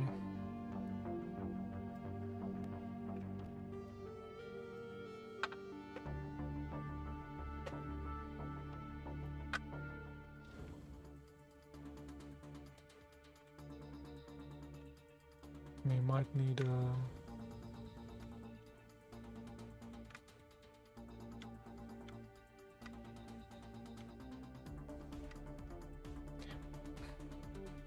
Let me rotate these.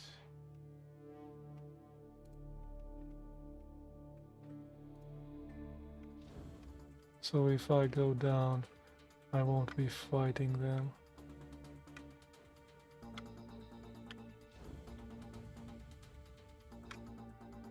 Still rotates.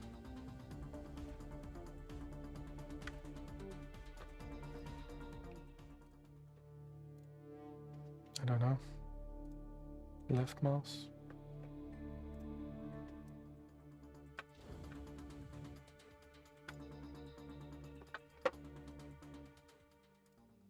How far can I take this? Over there.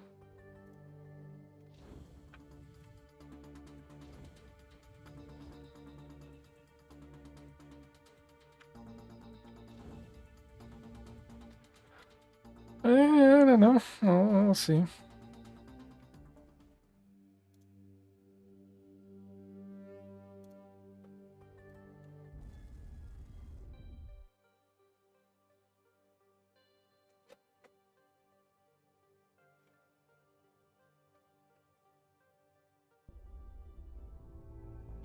Collect toxic battles. Okay.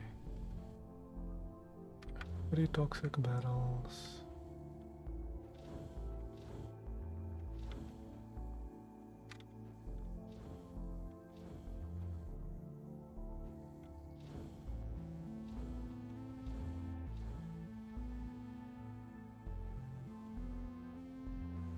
Is that one toxic battle?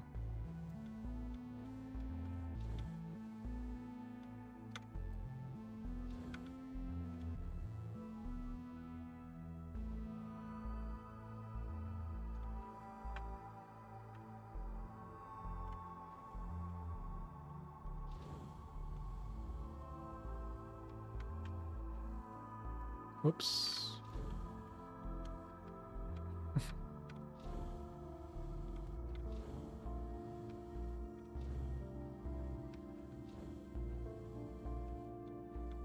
I think it's down, maybe? I think that's where we collect stuff.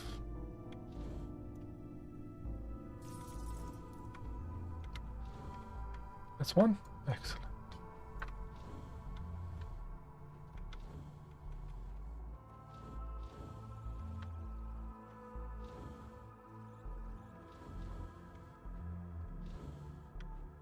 I think that's another one over here.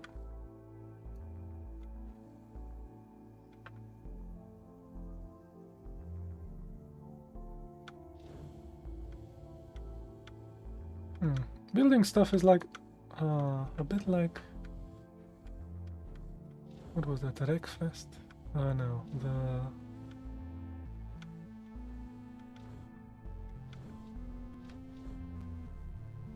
that game where you build your own car and stuff.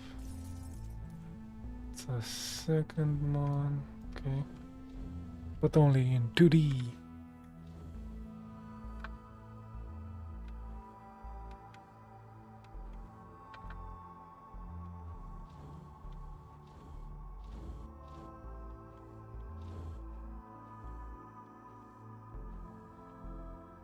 Come on.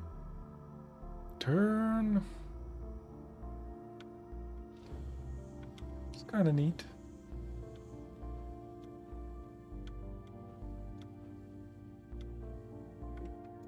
Oh. Can we throw it? Let's not throw it. Come on.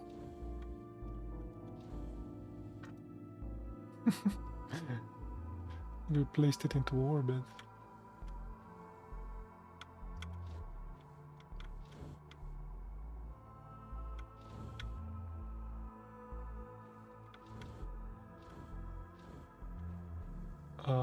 What?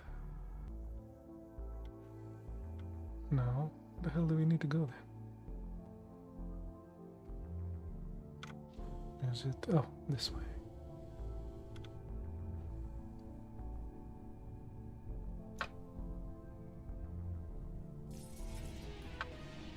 This wasn't that hard. I don't know why it had three of those things. Wasn't that hard? Now we probably can go here. Yeah, we can. Unless we wanted more resources to do stuff. I'm sure this would be much harder destroying stuff. Much harder.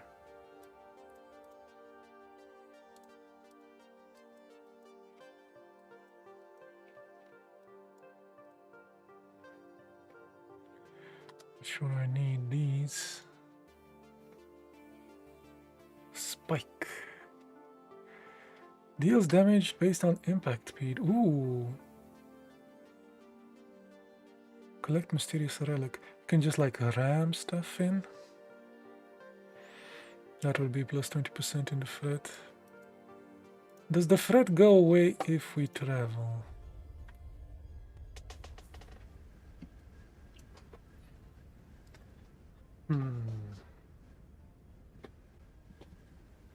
A bit like faster than light as well. Hold on, let me see. What was that game? I think people are still streaming that.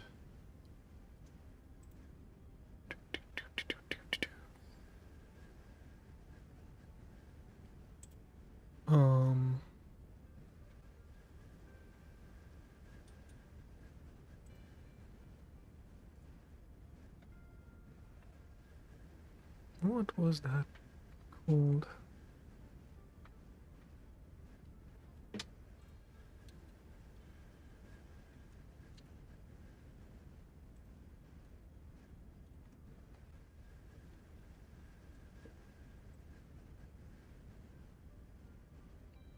Let's see if it's in the racing and driving category.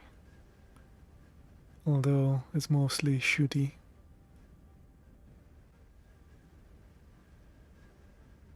GTA is in the racing category.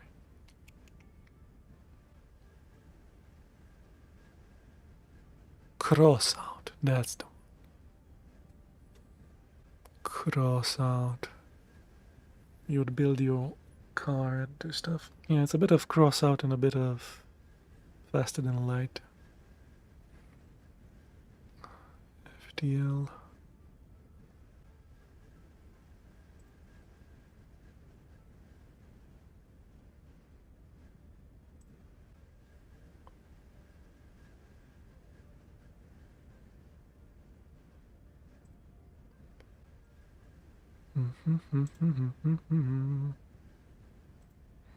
Okay, back to the game.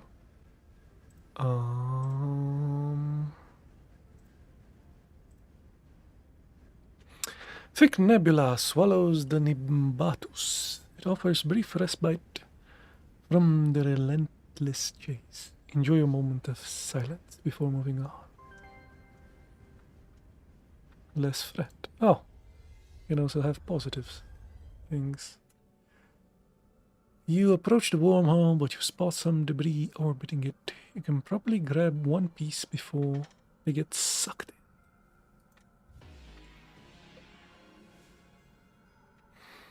in. More digging. Oh, these are bonuses and stuff.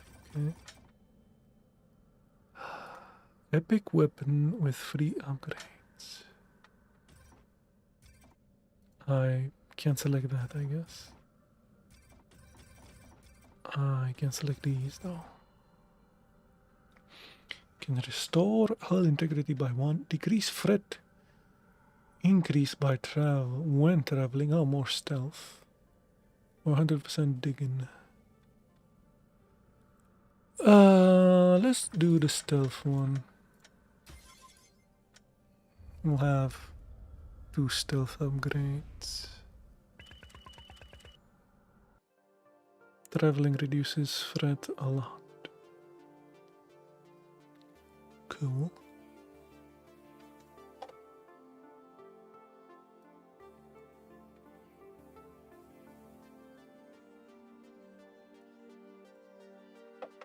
Ooh, what the hell is this? Oh, I can't even tell. Okay.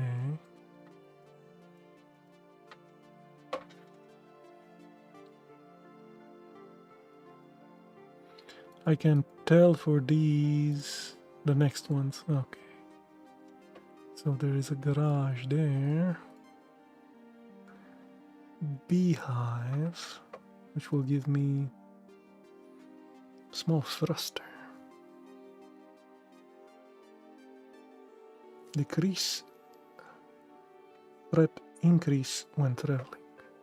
How are we with that? We're at stealth level 3. So I upgraded and I got the bonus there. So threat decreased by 25%.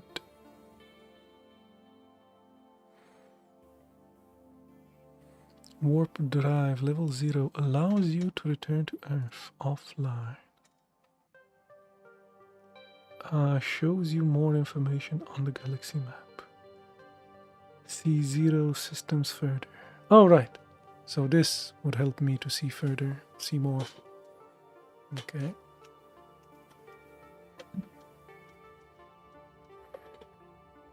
Okay.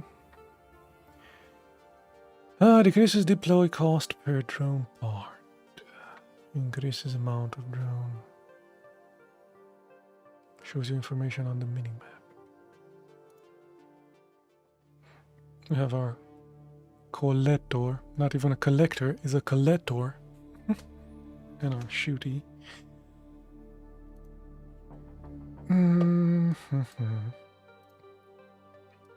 So that has a shop as well. Destroy a transmitter. It's only one.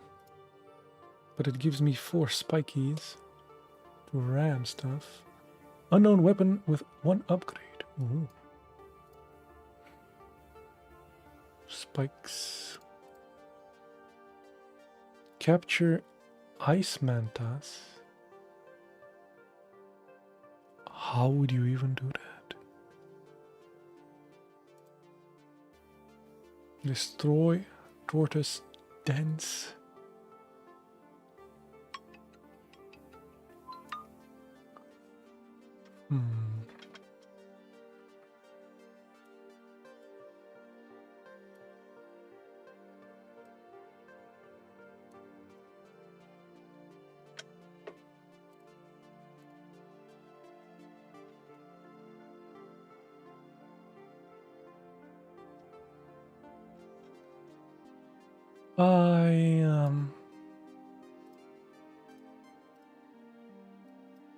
I don't know.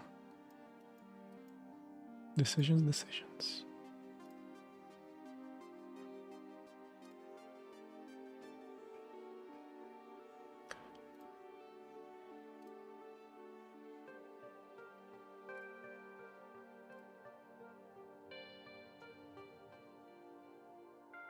Mysterious relic. Collecting stuff is easy. I mean, meh. Large block and uncommon. So let's do that. How about that? We'll try a collector thing. That was easy last time.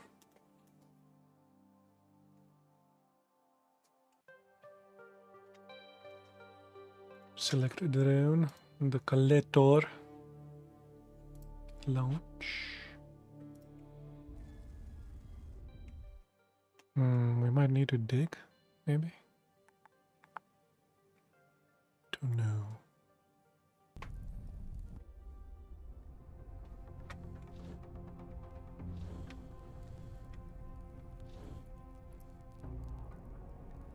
If we put diggers and stuff... Oh, that thing is burning.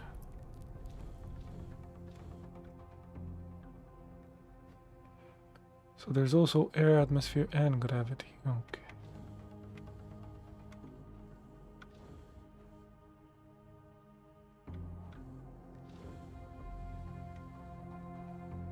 Is it the burning thing? No, there are more burning things. Let's not get burned, shall we?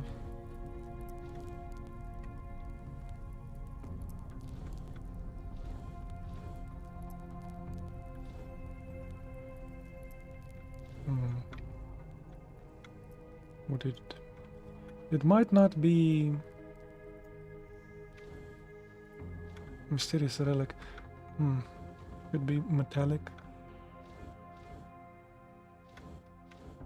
That thing is burning, not burning.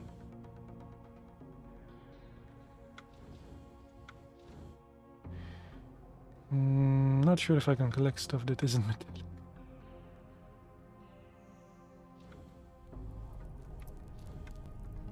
So that thing burns if you put stuff on it.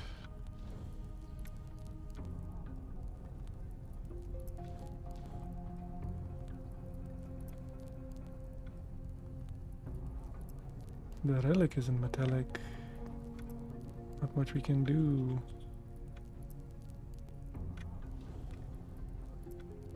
I mean, if this one something like this. Oh, this might be it.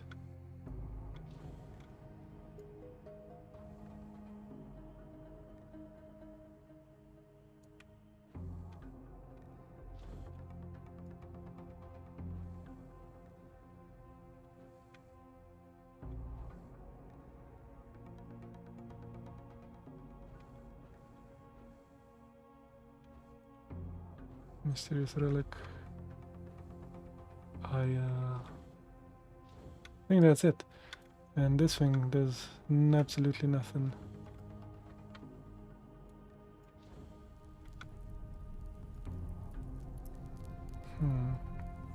I could put some of the miney things, I guess, and I could mine these. I have 0 now.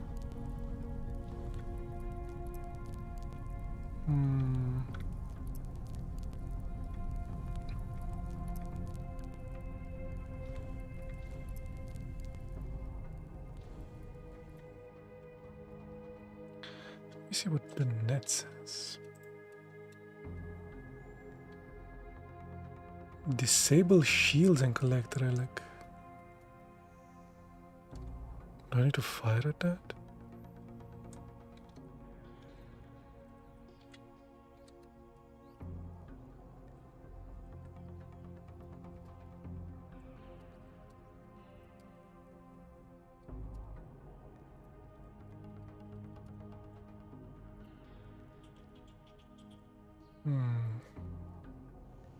So you can use a magnet to attract the relic.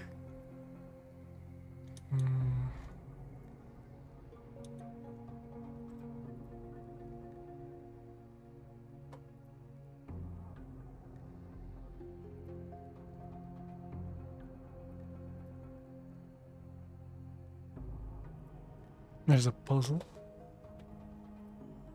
To deactivate the shield, there's a puzzle. But do I need a shooty part? That's the question. Might need a shooty part.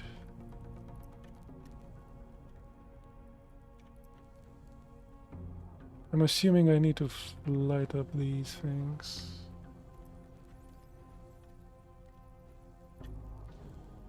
Come on, don't get stuck in there. Lol.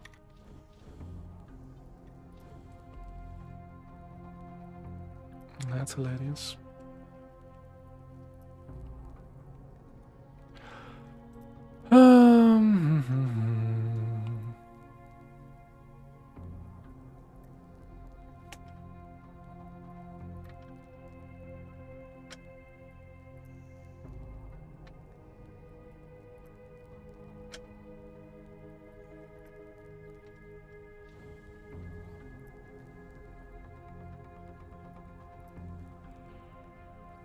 The hell?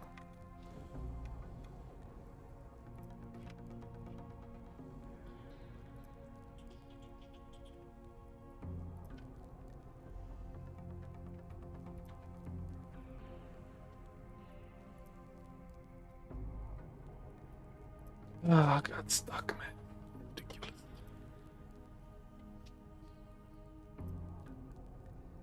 No. Okay.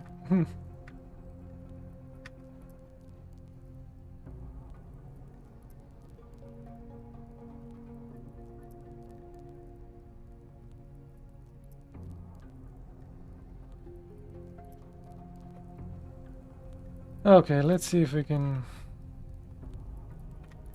attract anything.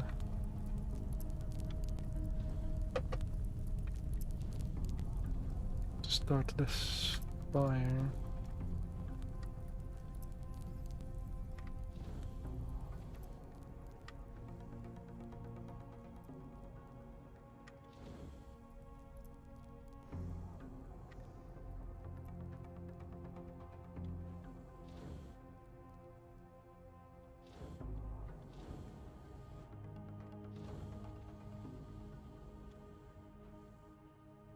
I didn't start the fire. It was burning.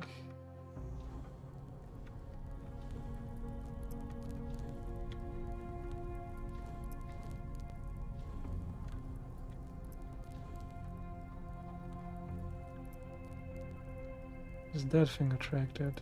Probably not. Oh, it is. Excellent. Dude. Oh, goddamn gravity. Come on. Focus.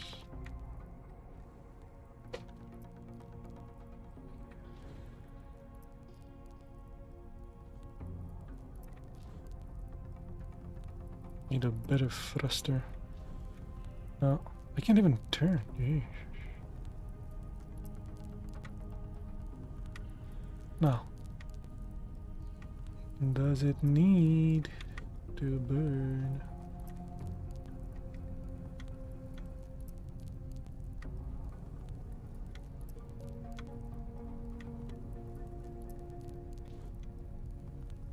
And why the hell is it so hard?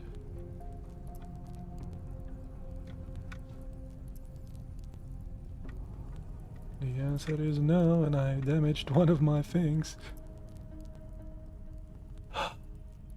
So I'm pushing against the thing and it still goes there.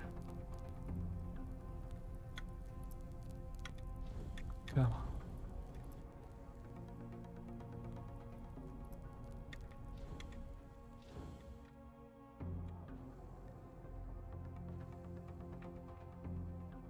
Oh, it healed itself.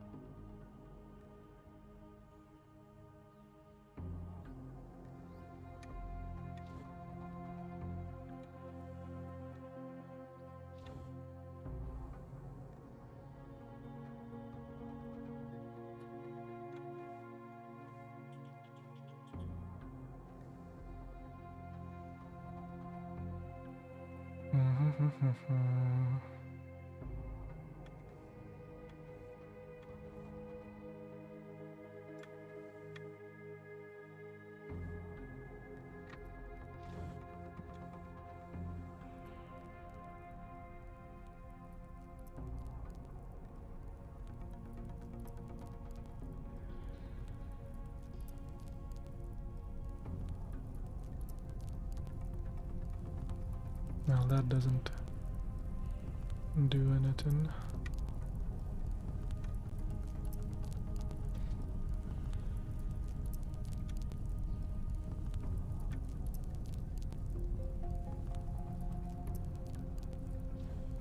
Okay, we'll try to put it on this thing. If we can.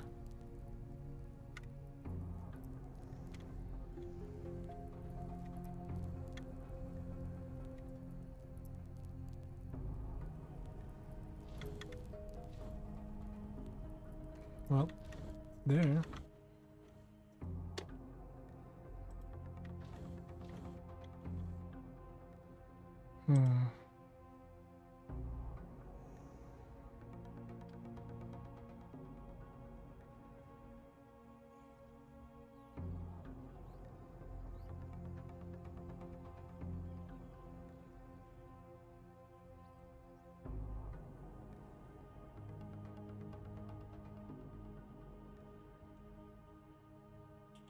How the hell do I turn that thing on then?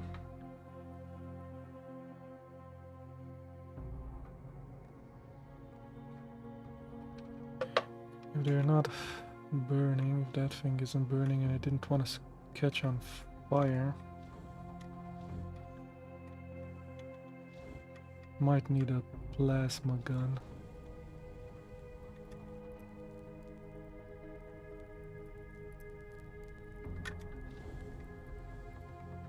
Oh, it's affected by its weight. That's why it's acting so derply.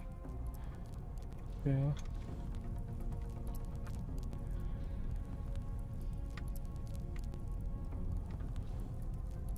Huh? Floating now? That's rude.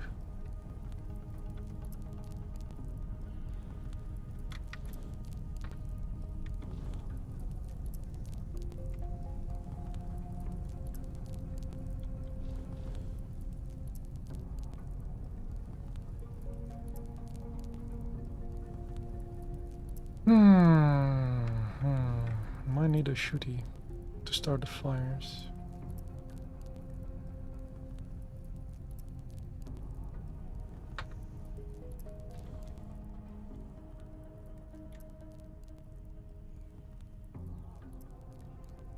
Yeah.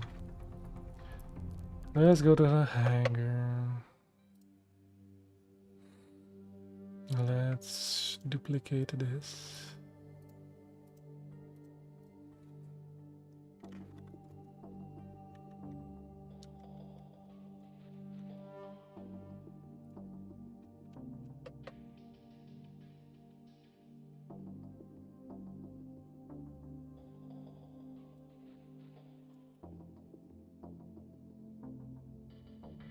Oh, this is the weapon. Oh, this is the automatic thing that they gave me. Okay.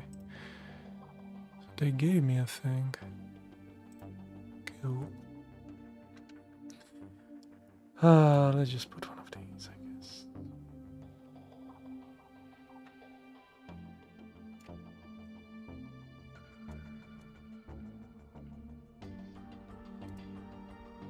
Left mousey.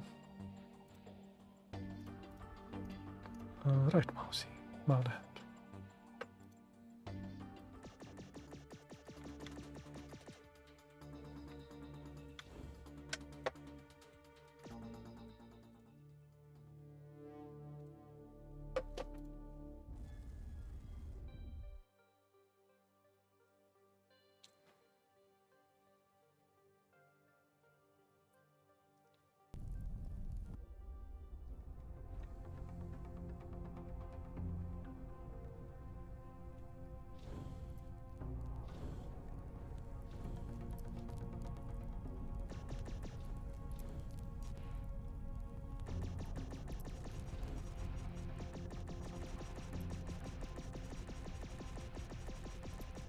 What?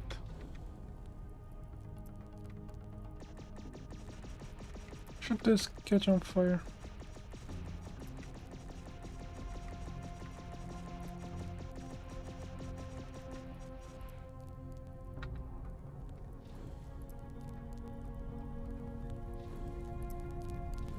Well, I'm confused now.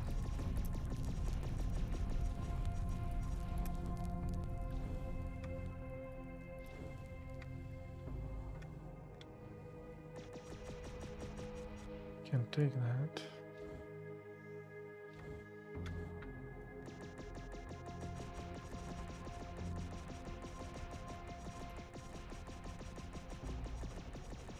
Just land and shoot at it. Why doesn't it catch on fire? Does it need one of those boulder things? Not getting that.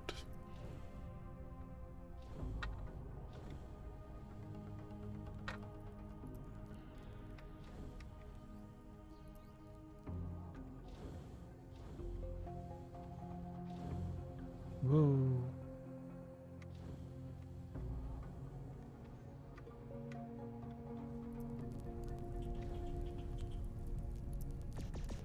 I'm glad that's on fire.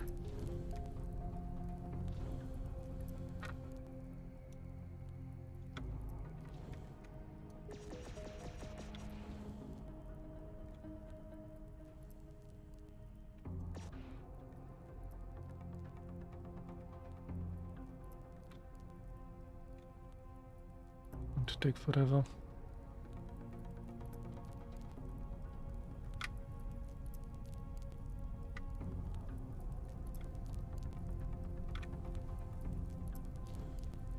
Can we like just no. No, that changes too much of the thing. Anything I do is just yeah, great. This doesn't work. I don't know.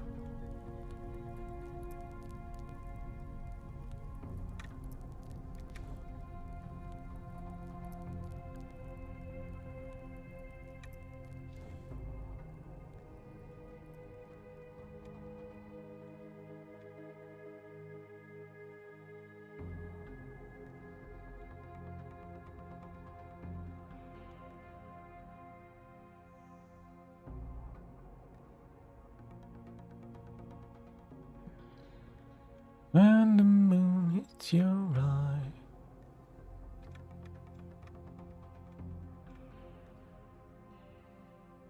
This doesn't work, I have no idea why.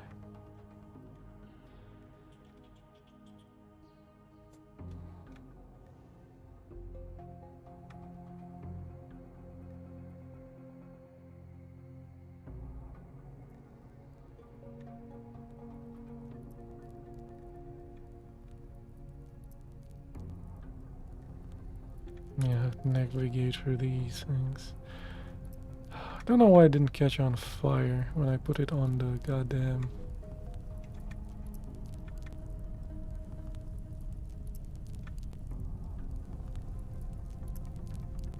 Put it on the damn fire, didn't catch. Fired, didn't catch.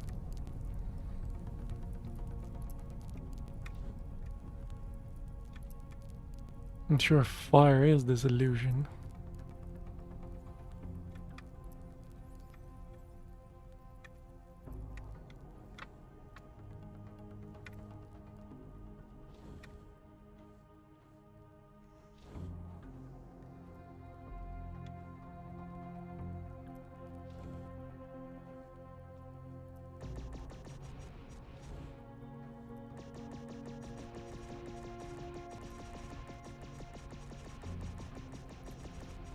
Well, apparently not.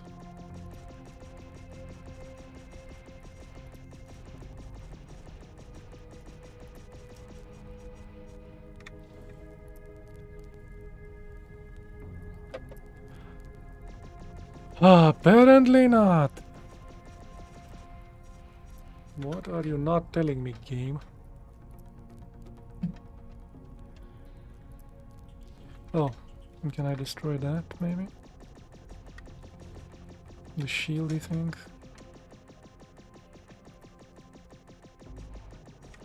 Oh, can fire these. Does that do anything?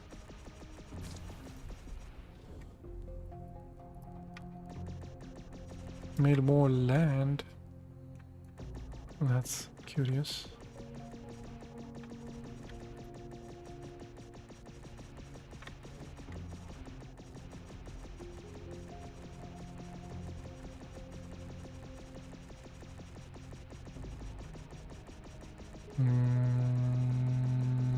Nope.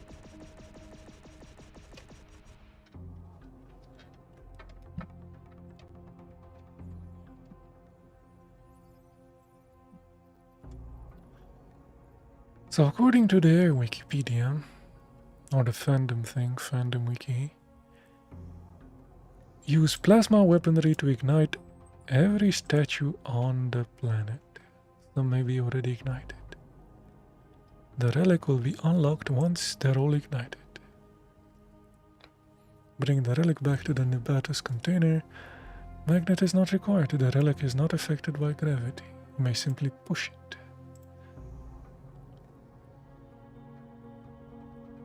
Any plasma weaponry. The hell is that?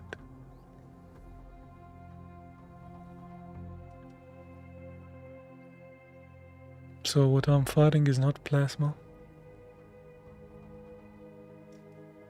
Is that what the game is telling me?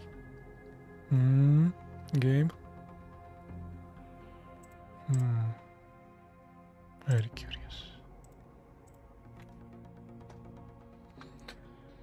Okay, can try a different beauty. That's a kinetic blaster, so not good. Oh, this is a plasma shotgun. Okay.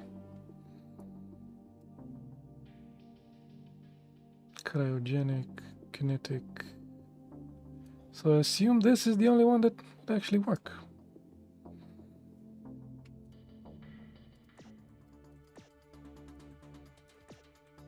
Okay. Let's try with this. Add even more for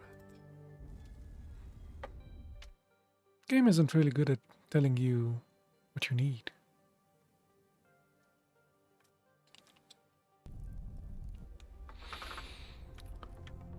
Okay.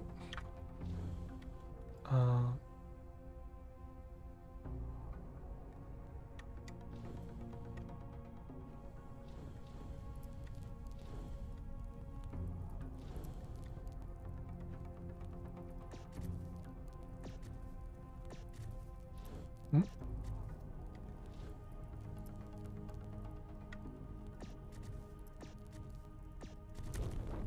Mm-hmm. Okay, so that is the thing that lights them up.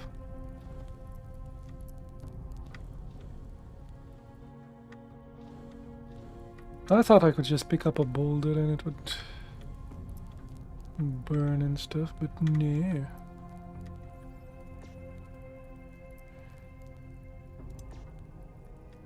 Oof.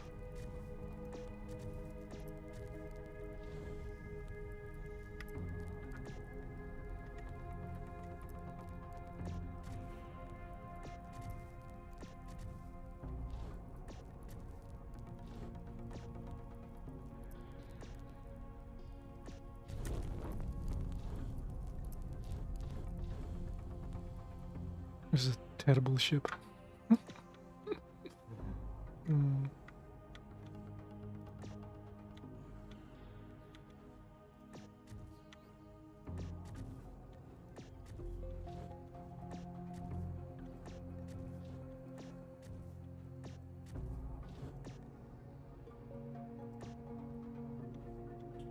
Yeah, it has to be pretty close as well.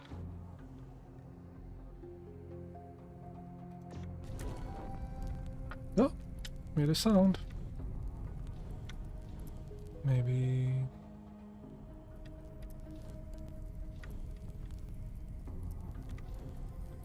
Got all the things? Oh, don't get stuck. Ah, it's freed. Okay, so now... There we go. Whoa!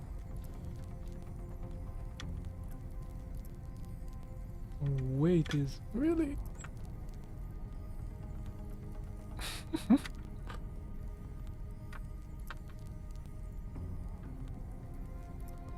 messing with the whole thing. Okay.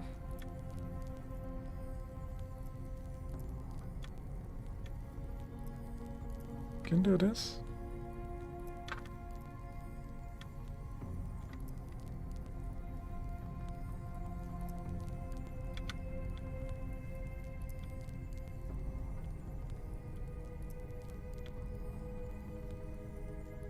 Pain in the butt.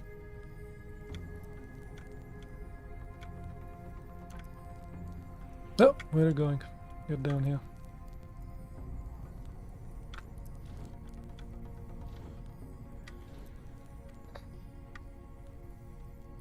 Get in there!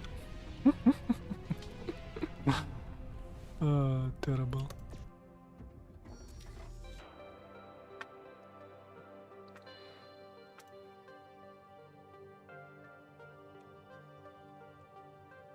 Well, okay, we got some action, we got some collecting. As long as you know what you needed to do, wouldn't be that hard, yeah.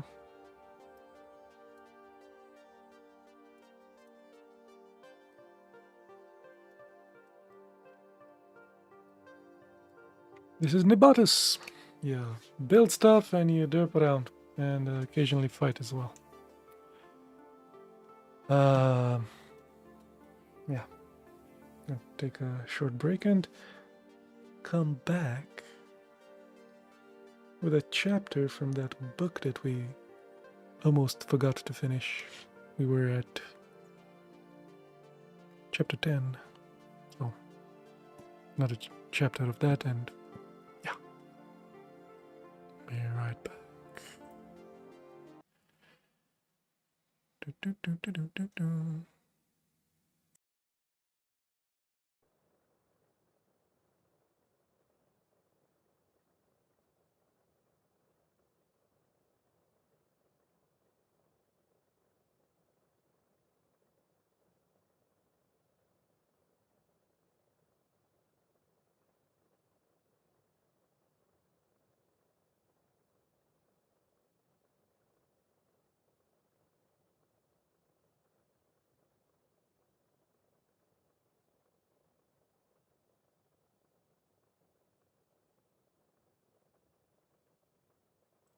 There we go. Daughter of the Samurai.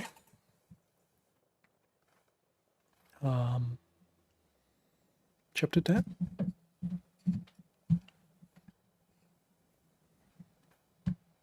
It's called The Day of the Bird.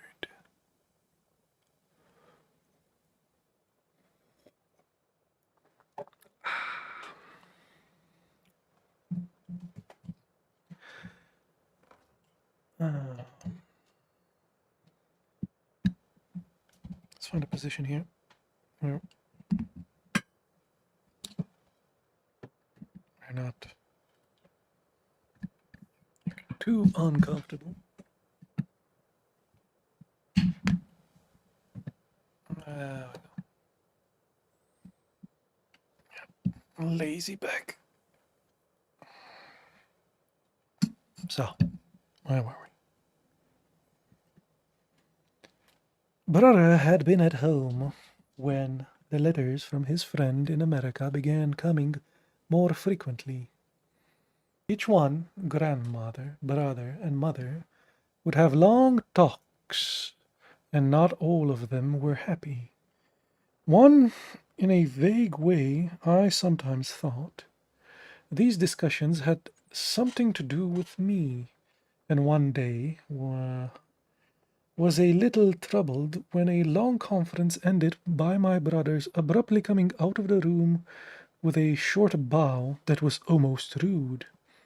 He started swiftly towards the door, then turning, came back and stood by my side, looking steadily at me for a moment, but then he went on without saying a word. Several weeks later, a thick, heavy letter came, one with many stamps. And after a long talk in grandmother's room, brother sent Gia out with a long lacquer box tied with a cord which I knew held a rounding letter for all the relatives.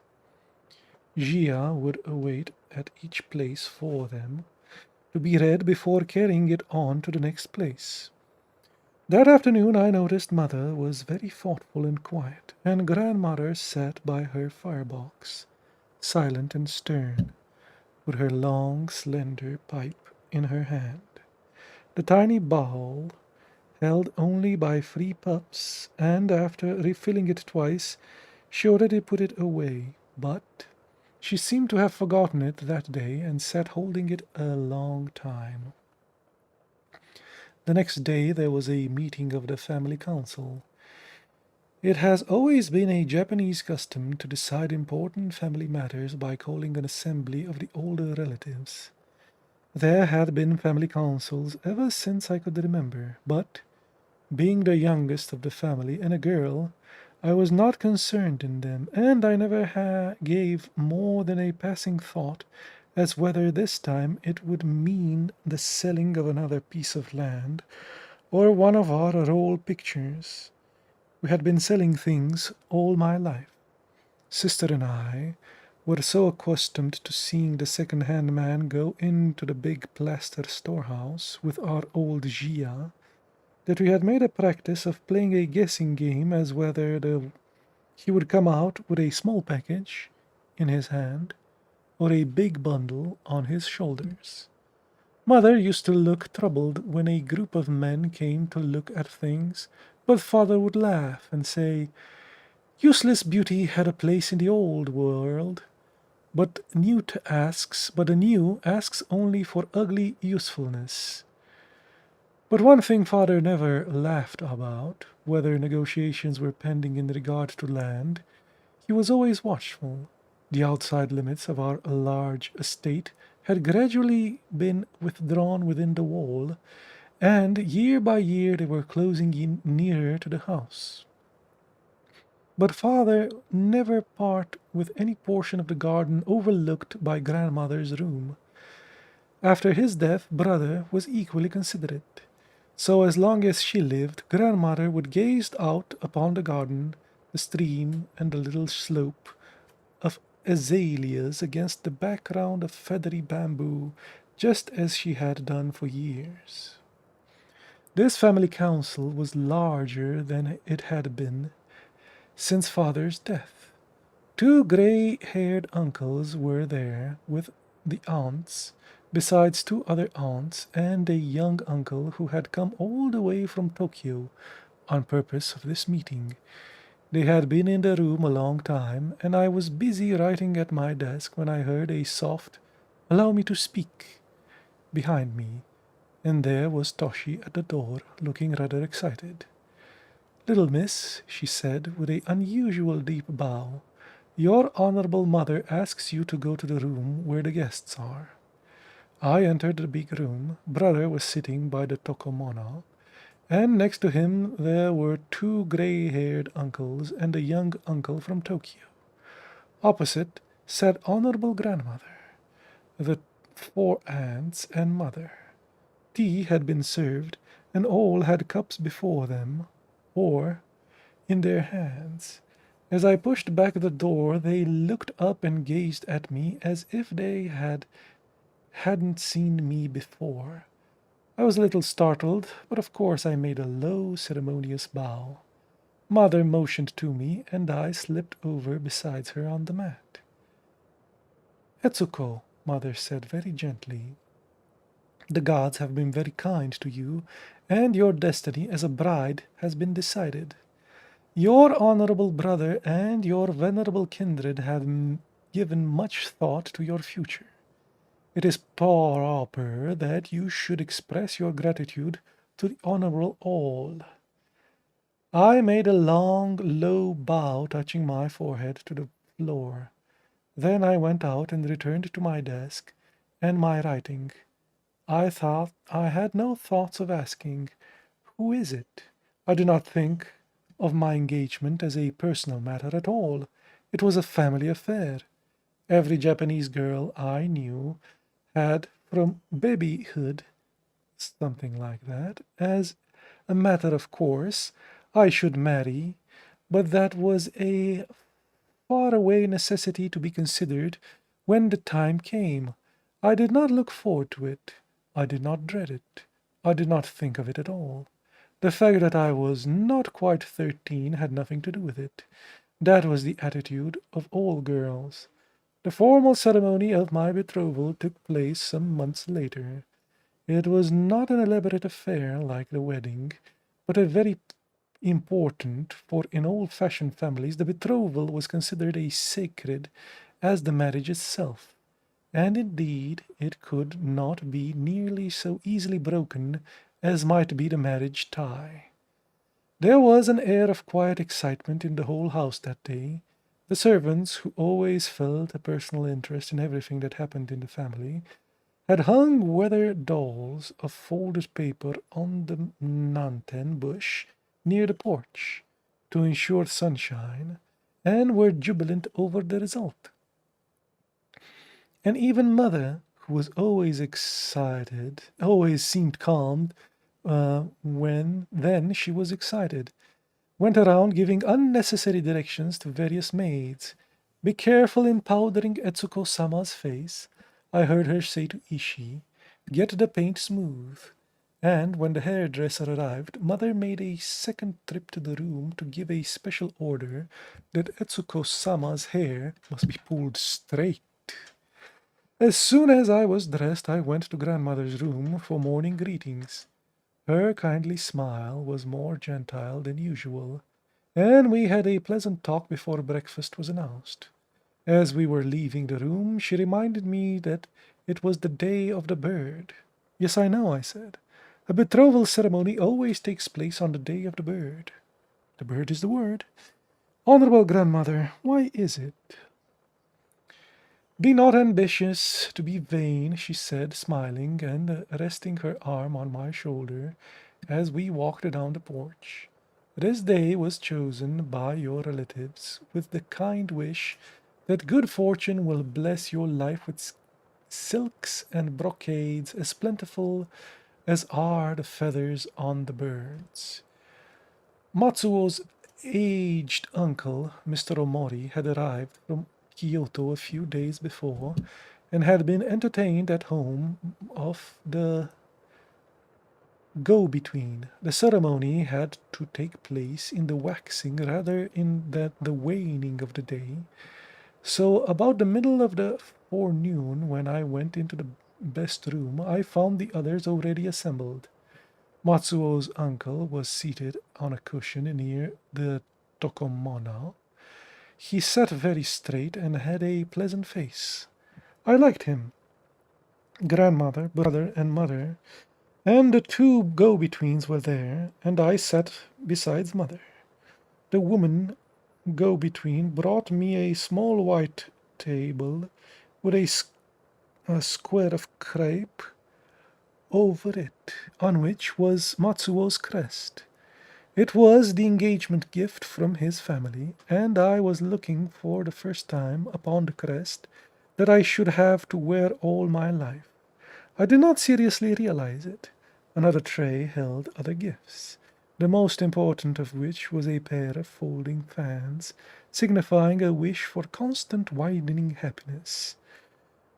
When Toshi brought into the room two trays of and set them before Mr. Omori, it was my family's gift to Matsuo.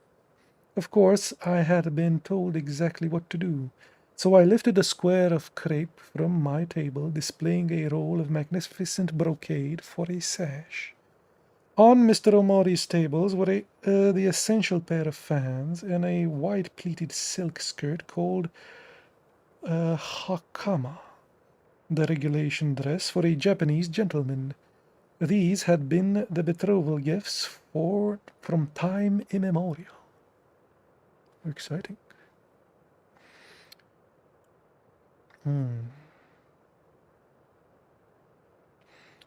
I bowed most formal thanks, and Mr. Omori did the same. Then the gifts were placed on the tokomona, and everybody, even grandmother, made a slight bow and murmured congratulations. Soon after, the maids brought the small tables for our dinner, placing those for the gentlemen on one side of the room and those for the ladies on the other side. Then Toshi, with her tray, took her place in the open space at the end of two lines. Each person made a slight bow, and the dinner commenced. The conversation was general, and the guests seemed to have a pleasant time, but of course I was very quiet and dignified. The most interesting part of the day to me came after everyone had gone and Ishi was taking off the dress. She eyed my head very closely. "Mama, Etsubo-sama," she said, "it was such luck that today was cold and dry. Your hair has not one bit of a crinkle. For once my unruly hair had not disgraced my family." And giving a sigh of relief, I placed my head carefully upon the little wooden pillow and went contentedly to sleep. After my betrothal, my life was a sort of make-believe game, for my education as a wife began that very day. I had already received the usual training in cooking, sewing, and various household duties, as well as flower arrangement, tea serving, and other womanly accomplishments. But now I had to put these things into practice as if I were already in my husband's house. I was expected to select without assistance the proper flowers, the suitable roll picture, and the tokomona ornament, and see that the house was already arranged according to certain established rules. Every moment my life was filled with training and preparation. The object was not explained to me, for this education was a taken for granted part of every betrothal, and it happened in my case that no special explanation was necessary, other than that I had to be careful not in any way to show disrespect or wood sorrel, since Matsuo's crest was conventionalized wood sorrel. Okay. Except that I had to learn to like tuna, which is a favorite dish of Matsuo's, and which I had never cared for. My diet was not affected at all by my betrothal. Sister had a long training, for she had been betrothed 5 years, including the year of postponement on account of father's death. As her expected husband's crest was conventionalized plum, she never during the 5 years tasted plum, even in jelly. It would have been disrespectful. Disrespectful jelly. The hardest thing I did that year was to learn how to make a sleeping cushion. I loved to sew and was rather skillful with the needle, but I had never made anything by myself. Ishi or Toshi had always helped me, but every Japanese household wife had to know how to make cushions, for there were our chairs and our beds. So mother said I must make a sleeping cushion entirely alone. This was a difficult thing for anyone to do, and my sleeves were wet with foolish tears when the fourth time I pulled out the threads and turned the mess cushion inside out in order to refit the corners, which, in spite of my persistent efforts, would stay twisted. Another of my duties was the preparation, on anniversaries and on the festival times, of a shadow table for my absent fiancée. These days I myself cooked the food which brother told us Matsuo especially liked. His table was placed next to mine, and I arranged for it to be always served before my own. Thus I learned to be watchful for the comfort of my prospective husband. Grandmother and mother always spoke as if Matsuo were present, and I was as careful of my dress and conduct as if he had already been in the room. Thus I grew to respect him and to respect my own position as his wife. Most of the memories of that time are like faint harp-throb phantoms now, but one always stands out clear and strong. There has to do a birthday. Japanese people do not, as a rule, observe individual birthdays. Instead, it is the custom to celebrate New Year as a birthday for each person of the nation. This gives a double meaning to the day and makes New Year's the most joyously celebrated of any festival of the year. But in our house, one special birthday was always honored. This was Matsuo's. This was not on my account. From the time mother had learned of his kindness to brother, never did a January 8th pass that we did not have an elaborate dinner with a table for Matsuo in place of honor of our guest. Mother always kept up this custom, and in later years, when in a far distant land, I thought with a mist in my eyes of the birthday table in my mother's home in the mountains of Japan. During these months, mother and I came closer to each other than we had ever been before. She did not confide in me. That was not Matsuo mother's way, but it seemed that an invisible cord of sympathy was drawing our hearts together. I had always greatly admired my mother, but there was a little awe mixed with my admiration. Father had been my comrade and my friend as well as my wise adviser, and my whole heart was filled with tender love for my dear patient, but mother was aloft like the sun, flawless and steady, filling the home with the life-giving warmth, yet too far away to be treated familiarly. So I was surprised one day when she came quickly to my room and told me there was something she wanted to speak to me about. Before she told grandmother, our house had received word from the go-between that Matsuo had removed from a city in the eastern part of America and had gone into business for himself. On this account, he had decided not to return to Japan for several years and asked that I be sent to him there. Mother always accepted inevitable circumstances with calm resignation, but this was a very unusual and puzzling situation. For generations, Japanese mothers, believing that the desired home for every girl is settled by the gods, had sent their daughters as brides to distant provinces. So, my going to America was not a matter of deep concern, but for a bride to go into a home where there was neither mother-in-law nor an elder sister of wisdom age to train her in the ways of the new household was a serious problem. And this was not a case that could be referred to the family council, for I was as much bound to Matsuo as if I was already married. And in his affairs, the Inagaki family had no authority. In this strange situation, Mother turned to me, and for the first time in my life, I was consulted in a family matter. I think I changed from girl to woman in that hour of conversation with my mother. We decided that at least for the present there was but one problem for us to face. That was how to prepare for the unknown life in a strange land. This was my relatives could take no part. Of course, all were excited and each one volunteered advice. But one practical suggestion came from brother. He said I must have an English education, and that meant that I should be sent to school in Tokyo. All that winter the household was busy getting me ready for school.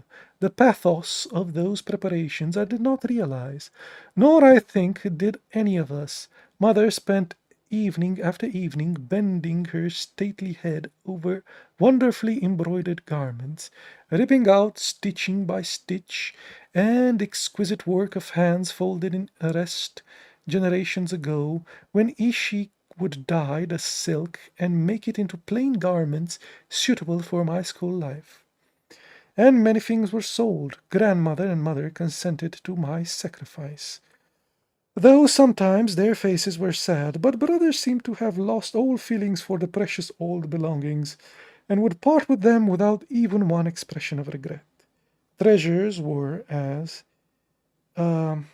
useless treasures are a useless care, he often said. In a poor house like ours, there is no need to keep dozens of chests of retainer armor. They had their place in the past, but hereafter the sons of our ancestors must fight on the battlefield of commerce. Business is the key to wealth, and in this new world, wealth is the only power. I thought little of it then, but now it aches me to remember the sword-hilt ornaments of exquisite marksmanship in gold and silver and bronze that were sold for almost nothing, and I can see even now how the great scales of the dealer in old iron tipped heavily with the weight of swords that were once the pride of our humblest retainers. One cold evening I went into grandmother's room and snuggled down beside her cushion, close to the firebox, just as I used to do in the days which were beginning to seem to me far in the past. We had grown somewhat apart that year. I was no longer the little child she could make happy with sweets, could train in politeness, and teach useful lessons by means of fair lore. And I felt that much as she loved me, the new conditions of my future faced were beyond her old-fashioned comprehension. But I learned that night, while I talked to her, that samurai training will prepare one for any future. As we sat in the quiet room lighted only by her soft glow of charcoal fire, she told me how that a very day 60 years before she, as a bride, had left her home in a distant province to come in her husband in Nagaoka. Most brides of her rank revisited her homes every year in a long procession of grandeur. But though messengers were sent with inquiries of gifts every New Year and summer festival season, grandmother never, after she had entered the marriage palanquin, saw her home or her people again. In those days, the slow travel distance was considered by time rather than by miles, and hers was a long trip. She had left home on a night of a full moon, and another full moon was in the sky when she had carried through the entrance gate of her husband's home. Oh, damn. That's like a month. It was just your age. I was just your age, 14, she said. And sometimes, as the procession passed through the strange provinces, climbing over mountains and crossing wide rivers, I wondered many things. It was further than Kyoto than I came, and at the gateway of each province there was long waits while the officials of the procession exchanged papers and received permissions for us to pass. At those times my nurse always came and remained beside my palanquin, and the spear retineers and the 6 shoulders of coolie carrying were with us, so I did not fear. But the world seemed very strange and large to me, and the people I came to live amongst were very different from my own. The customs were new. Even the language has an accent and idioms that seemed particular. It was like a foreign land. And so of late I thought much of you and the unknown country to which your fate is taking you. Remember, Etsubo, and her voice was strangely tender. Where you live is a little matter. The life of a samurai, man or woman, is just the same. Loyalty to the overlord, bravery in defense of his honor. In your distant, desired home, remember grandmother's words. Loyalty to your husband, bravery in defense of his honor. It will bring you peace. And with that, we end chapter 10. And the stream as well.